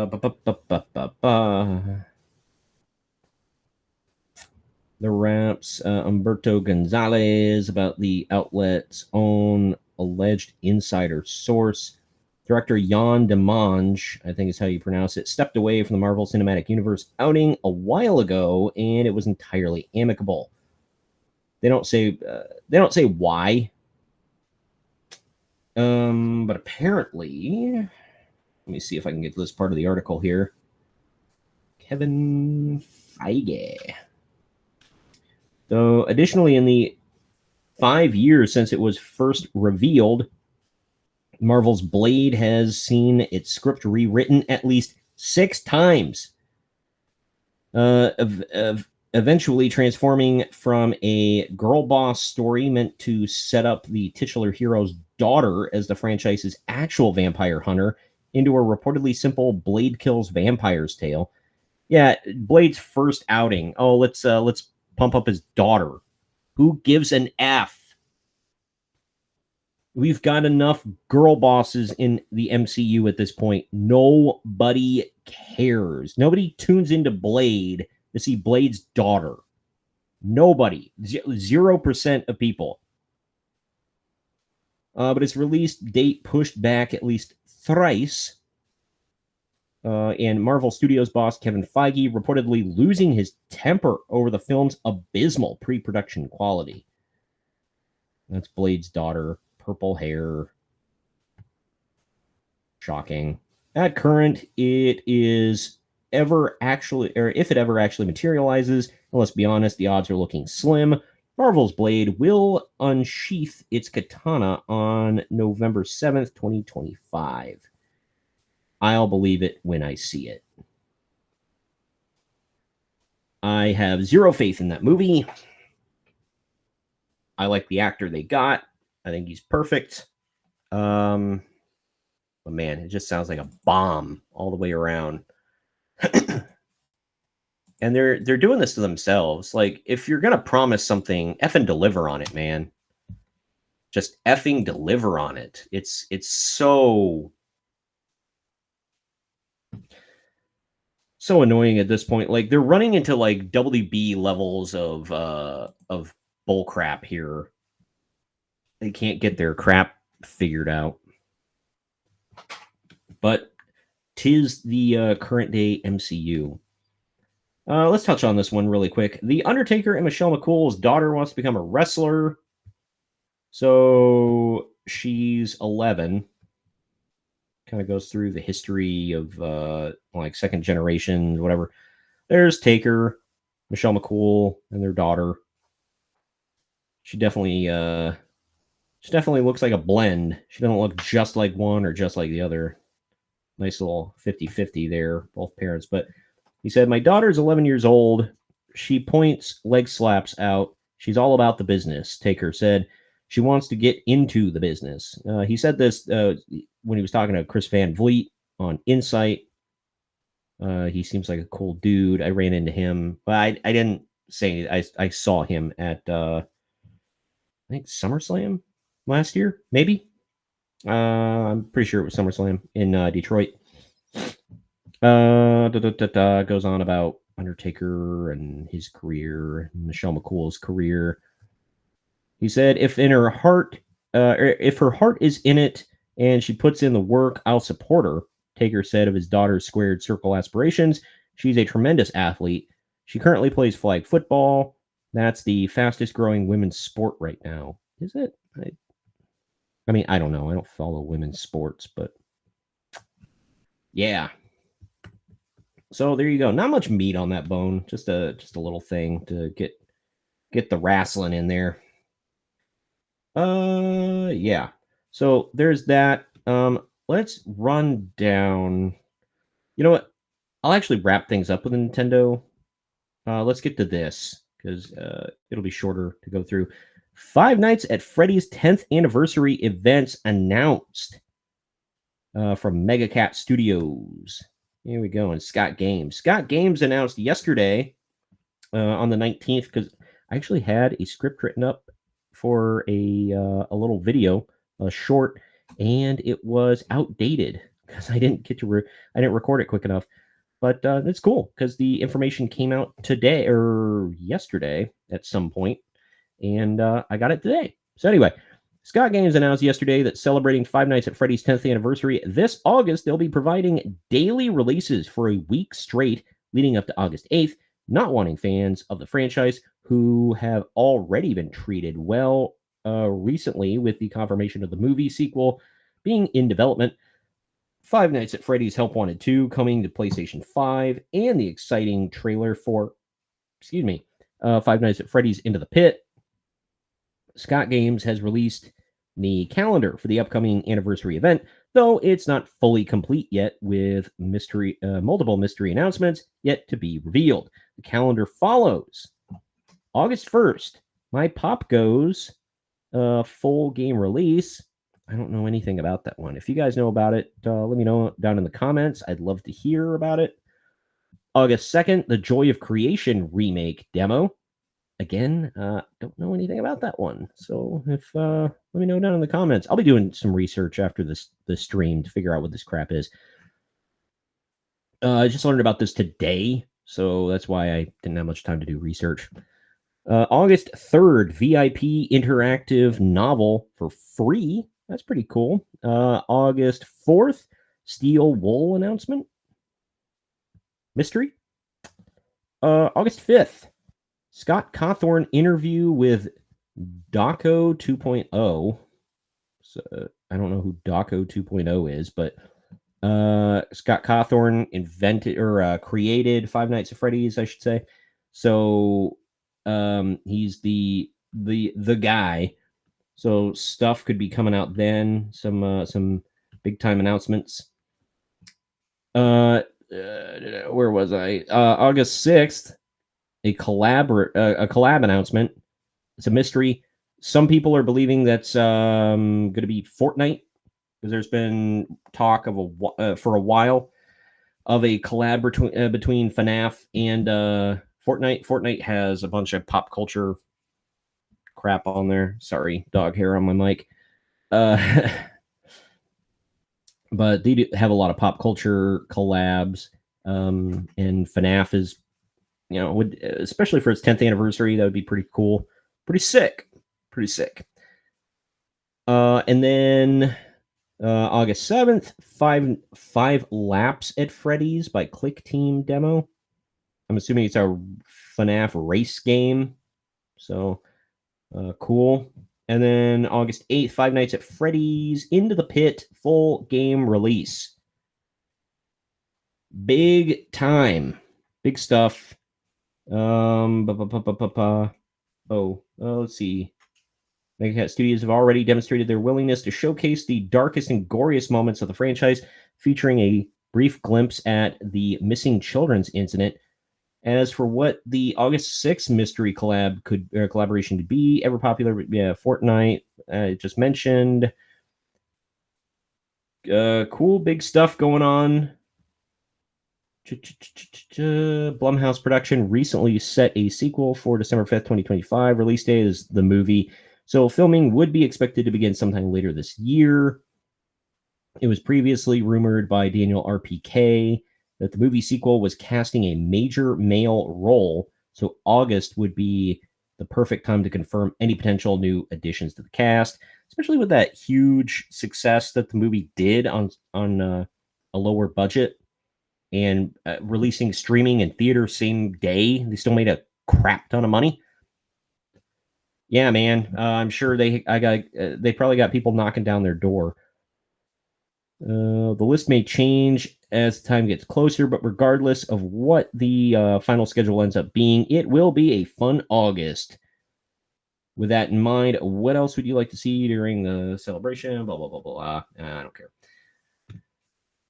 So there you go. Big news for FNAF, everybody.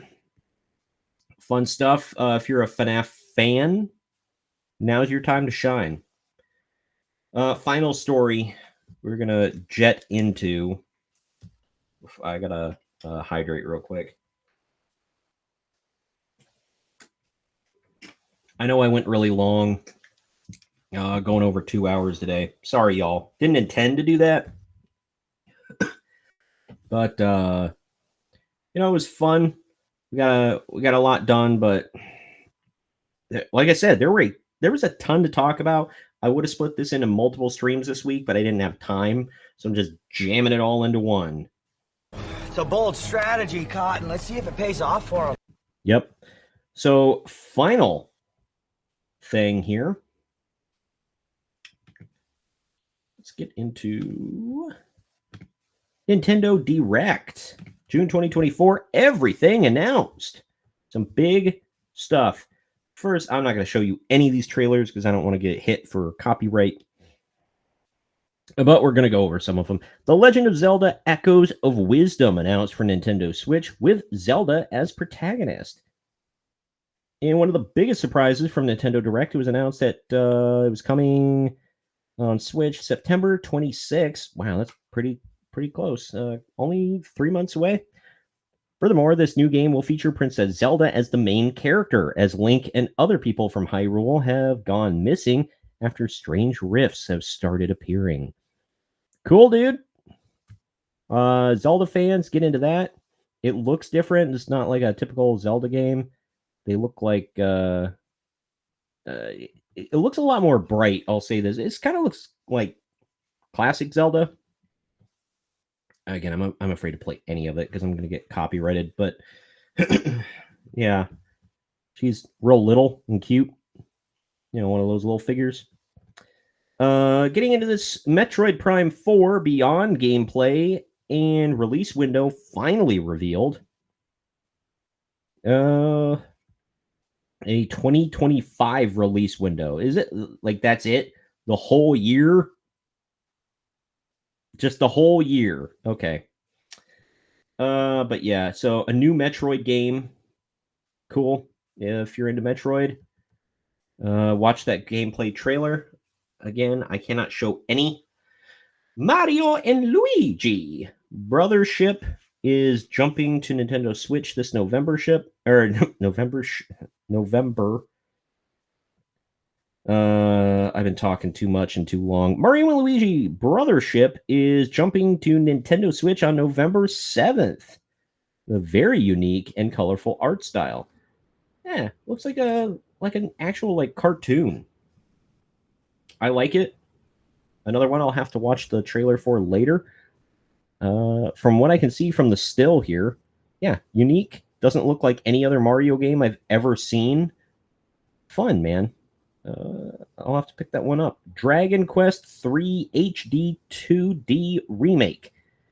is coming to Switch on in November, and Dragon Quest 1 through 2 HD 2D to follow in 2025. Yeah. Let me see. I'm gonna scroll down so you can't really see any of it. Yeah, not gonna play that. Dragon Quest 3 HD 2D remake will be released first on November 14th. The other two coming out in 2025. Pause. I just want to look at the... Okay. I've never played Dragon Quest, so... Oh, okay. It's like a team-up. It's a real classic. It's iconic RPG. All right, turn-based. Yeah. So if that's your thing, if you like turn-based, old school... yeah, it's cool. Like it's the old school Nintendo style of like RPG turn-based games, but yeah, 3D, like they said. Looks cool. Not my cup of tea, but you know, whatever. This is what I wanted to talk about. Donkey Kong Country Returns HD arrives to the Switch in January 2025. January 16th to be exact. And you can play 2-player local co-op, the 80 levels from the original Wii version, the additional stages from the 3DS version, and much more. Soon, players will once again be able to take the fight to the Taki-Tak tribe, Taki-Tak, whatever, to win back Donkey Kong's previous banana horde. Lots of Mario here, because we also got Super Mario Party Jamboree, the latest entry to bring the fun to Switch. New Mario Party. Mario Party is always fun. I haven't played one in a while. That comes out October 17th. Marvel vs. Capcom Fighting Collection Arcade Classics is bringing 7 beloved games to Switch. X-Men Children of the Atom, Marvel Superheroes, X-Men vs. Street Fighter, Marvel Superheroes versus Street Fighter, I think. Capcom or Marvel versus Capcom, Clash of the Superheroes, Marvel versus Capcom 2, and The Punisher.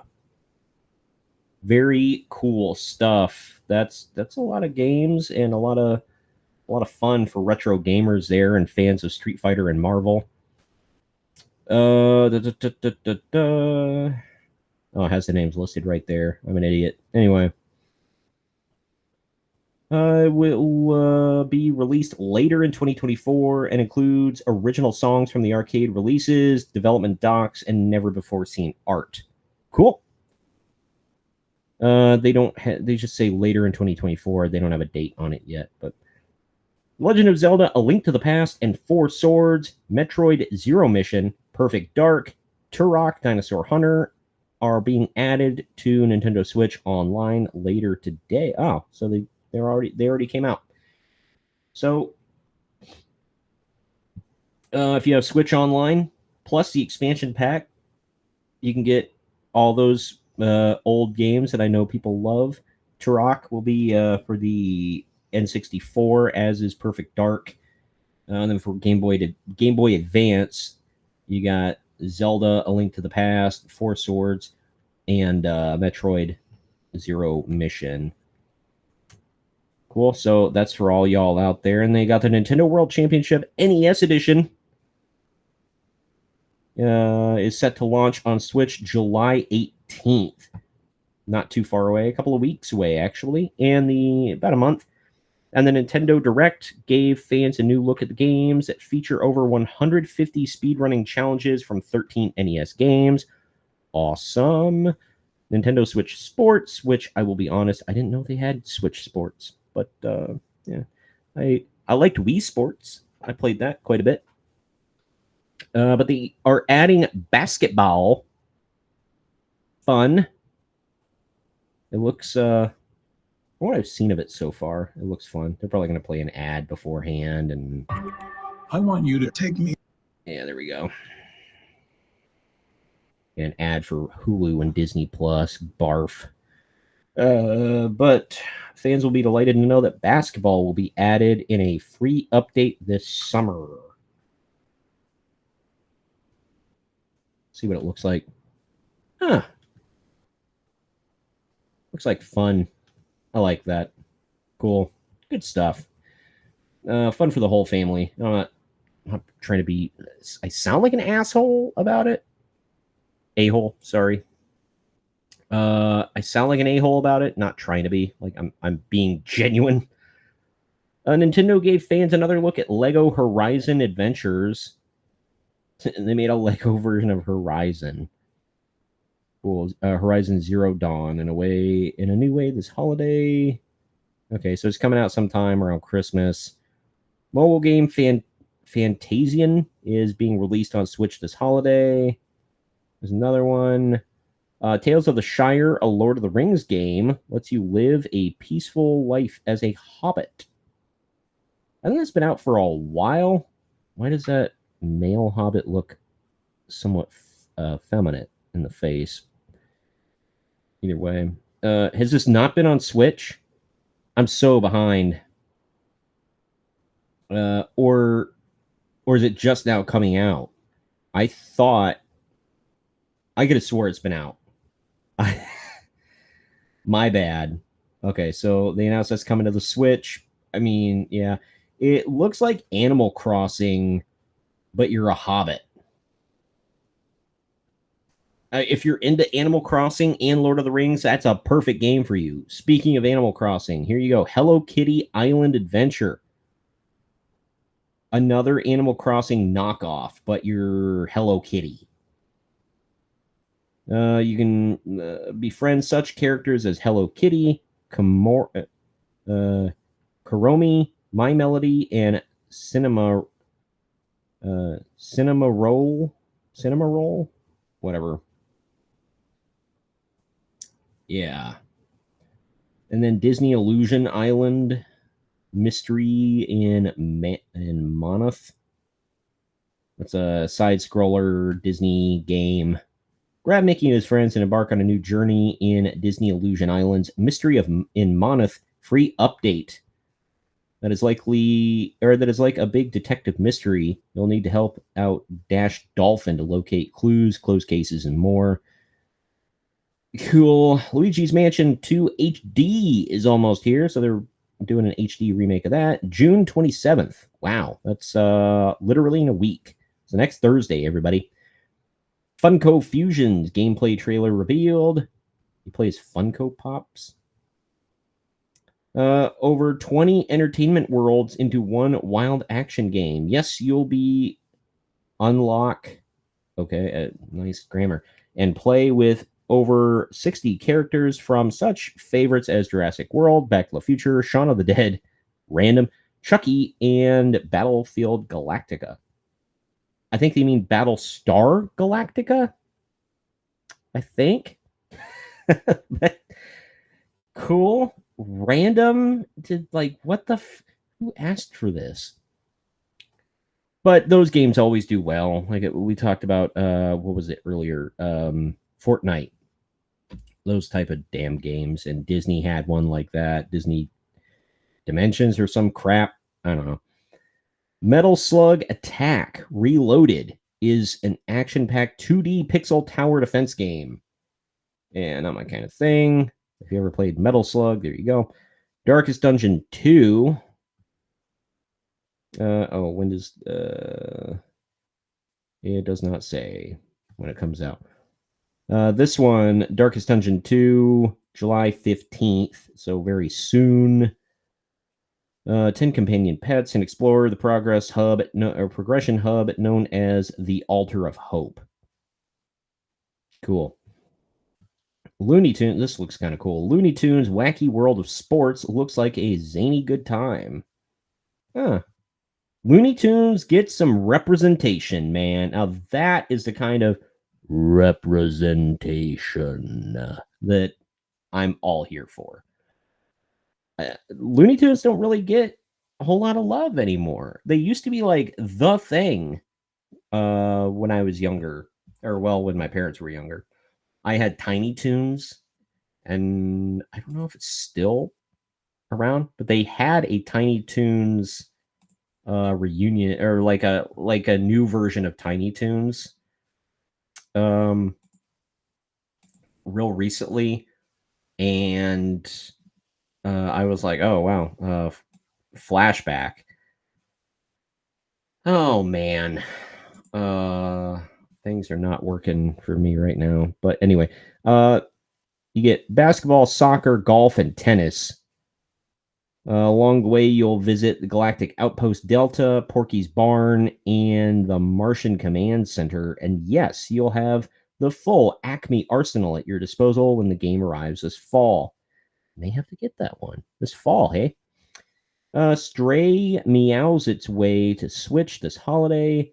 That game, I know I got the cat dad hat and whatever, but unironically, the game looks fun. I'll play it. I haven't played it so far because it's only for current gen systems, and I have last gen only. But I do have a Switch, so I'd get it for Switch. It looks fun. You're a stray cat. You journey to escape a long forgotten cyber city. So it's you're a kitty in a cyber city, and you're trying to get out. It says this holiday season, so I wonder, because it's an older game at this point. So I'm wondering if they're going to drop the price for Switch. I hope. Memories in Orbit is a Metroidvania set on a dangerous technological arc. Okay.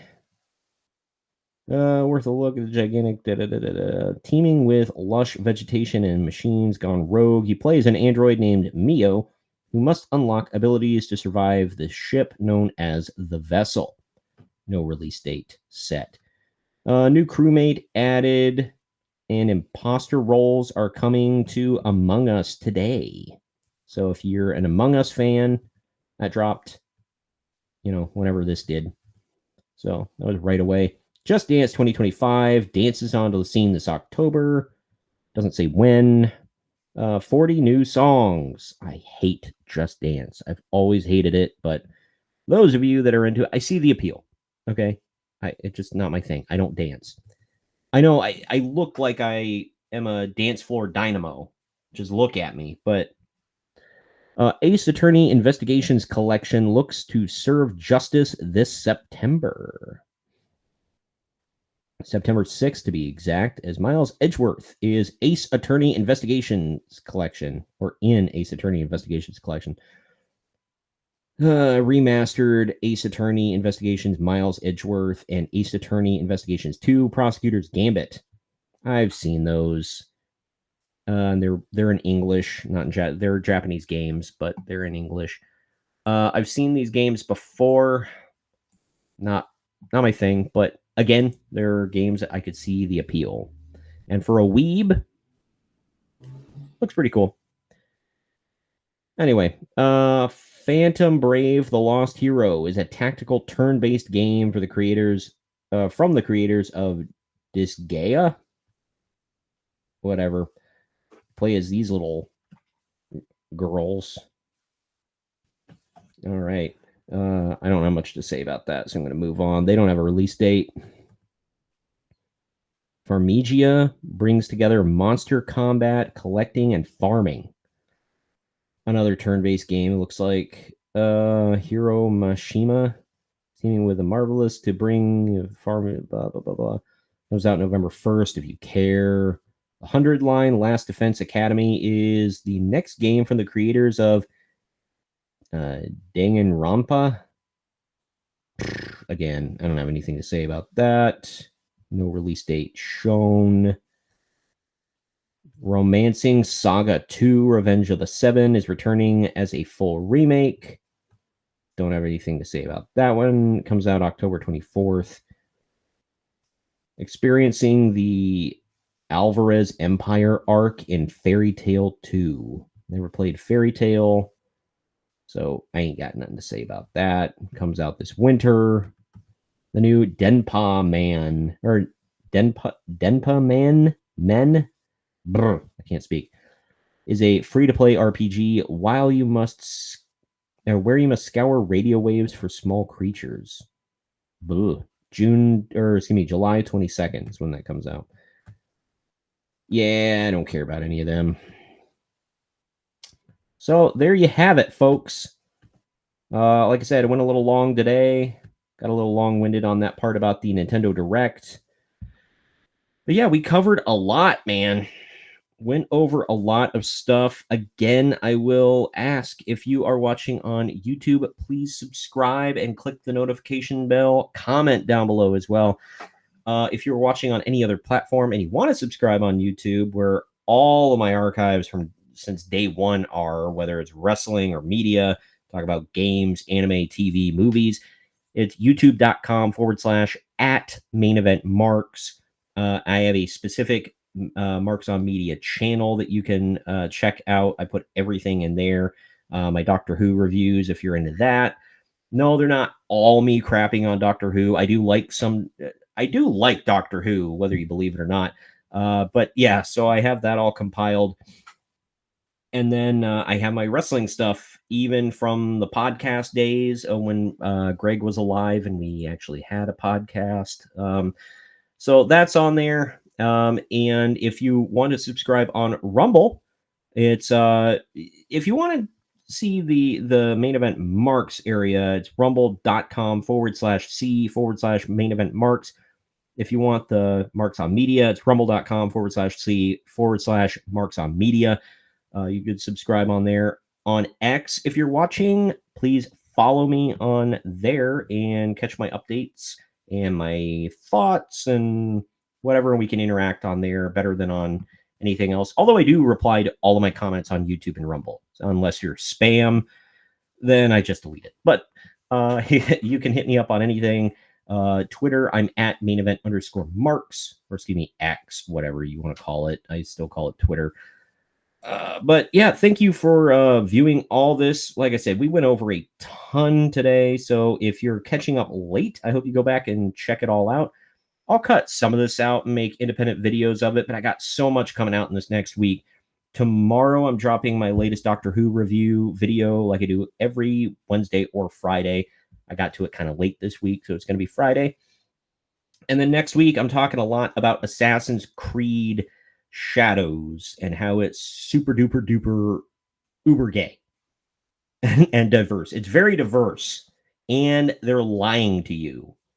They admitted it. They admitted they're lying to you. They admitted, like the company said, we're doing this for diversity. And then when somebody says, hey, you're only doing this for diversity, they ban them from their subreddit. But I got a video about that coming out. I've got a video about how super duper uber gay they are. And I'm not saying that as a pejorative. I'm like actually gay. We'll go over that. And I've got articles to back all this up. It's not just me talking out of my butt. And what the hell else? I've got some other stuff coming out. Video on the Acolyte that YouTube is not going to like. We talked about that earlier with the Critical Drinker and Nerdrotic being attacked and the fans being attacked. Please go and check that out. I'm going to cut that out and probably make a solo video about it as well. So tons of content coming out in the next week, plus all my shorts and whatever. Those don't go up on Rumble. They only go up on YouTube. But thank you for sticking with me this long, almost 2.5 hours long. My God. I missed you guys. I missed streaming. I got into a flow, but within 2+ hours, I went over a lot. So thank you all for sticking around. Please subscribe. Please rewind and watch this later. Well, one final time. Give me a hell yeah. And I lost her again. It went away. Or is it right there? Nope, I skipped it. All right. Anyway, that's all we've got for today. Thank you all. We will see you, I don't know, sometime next week. I'll stream sometime next week. I'll post about it on YouTube and all that. And I'll try to post on X. I forgot to do it today, but on Rumble. We'll see you sometime next week. Watch out for my upcoming videos. Don't forget to subscribe. Bye, everybody.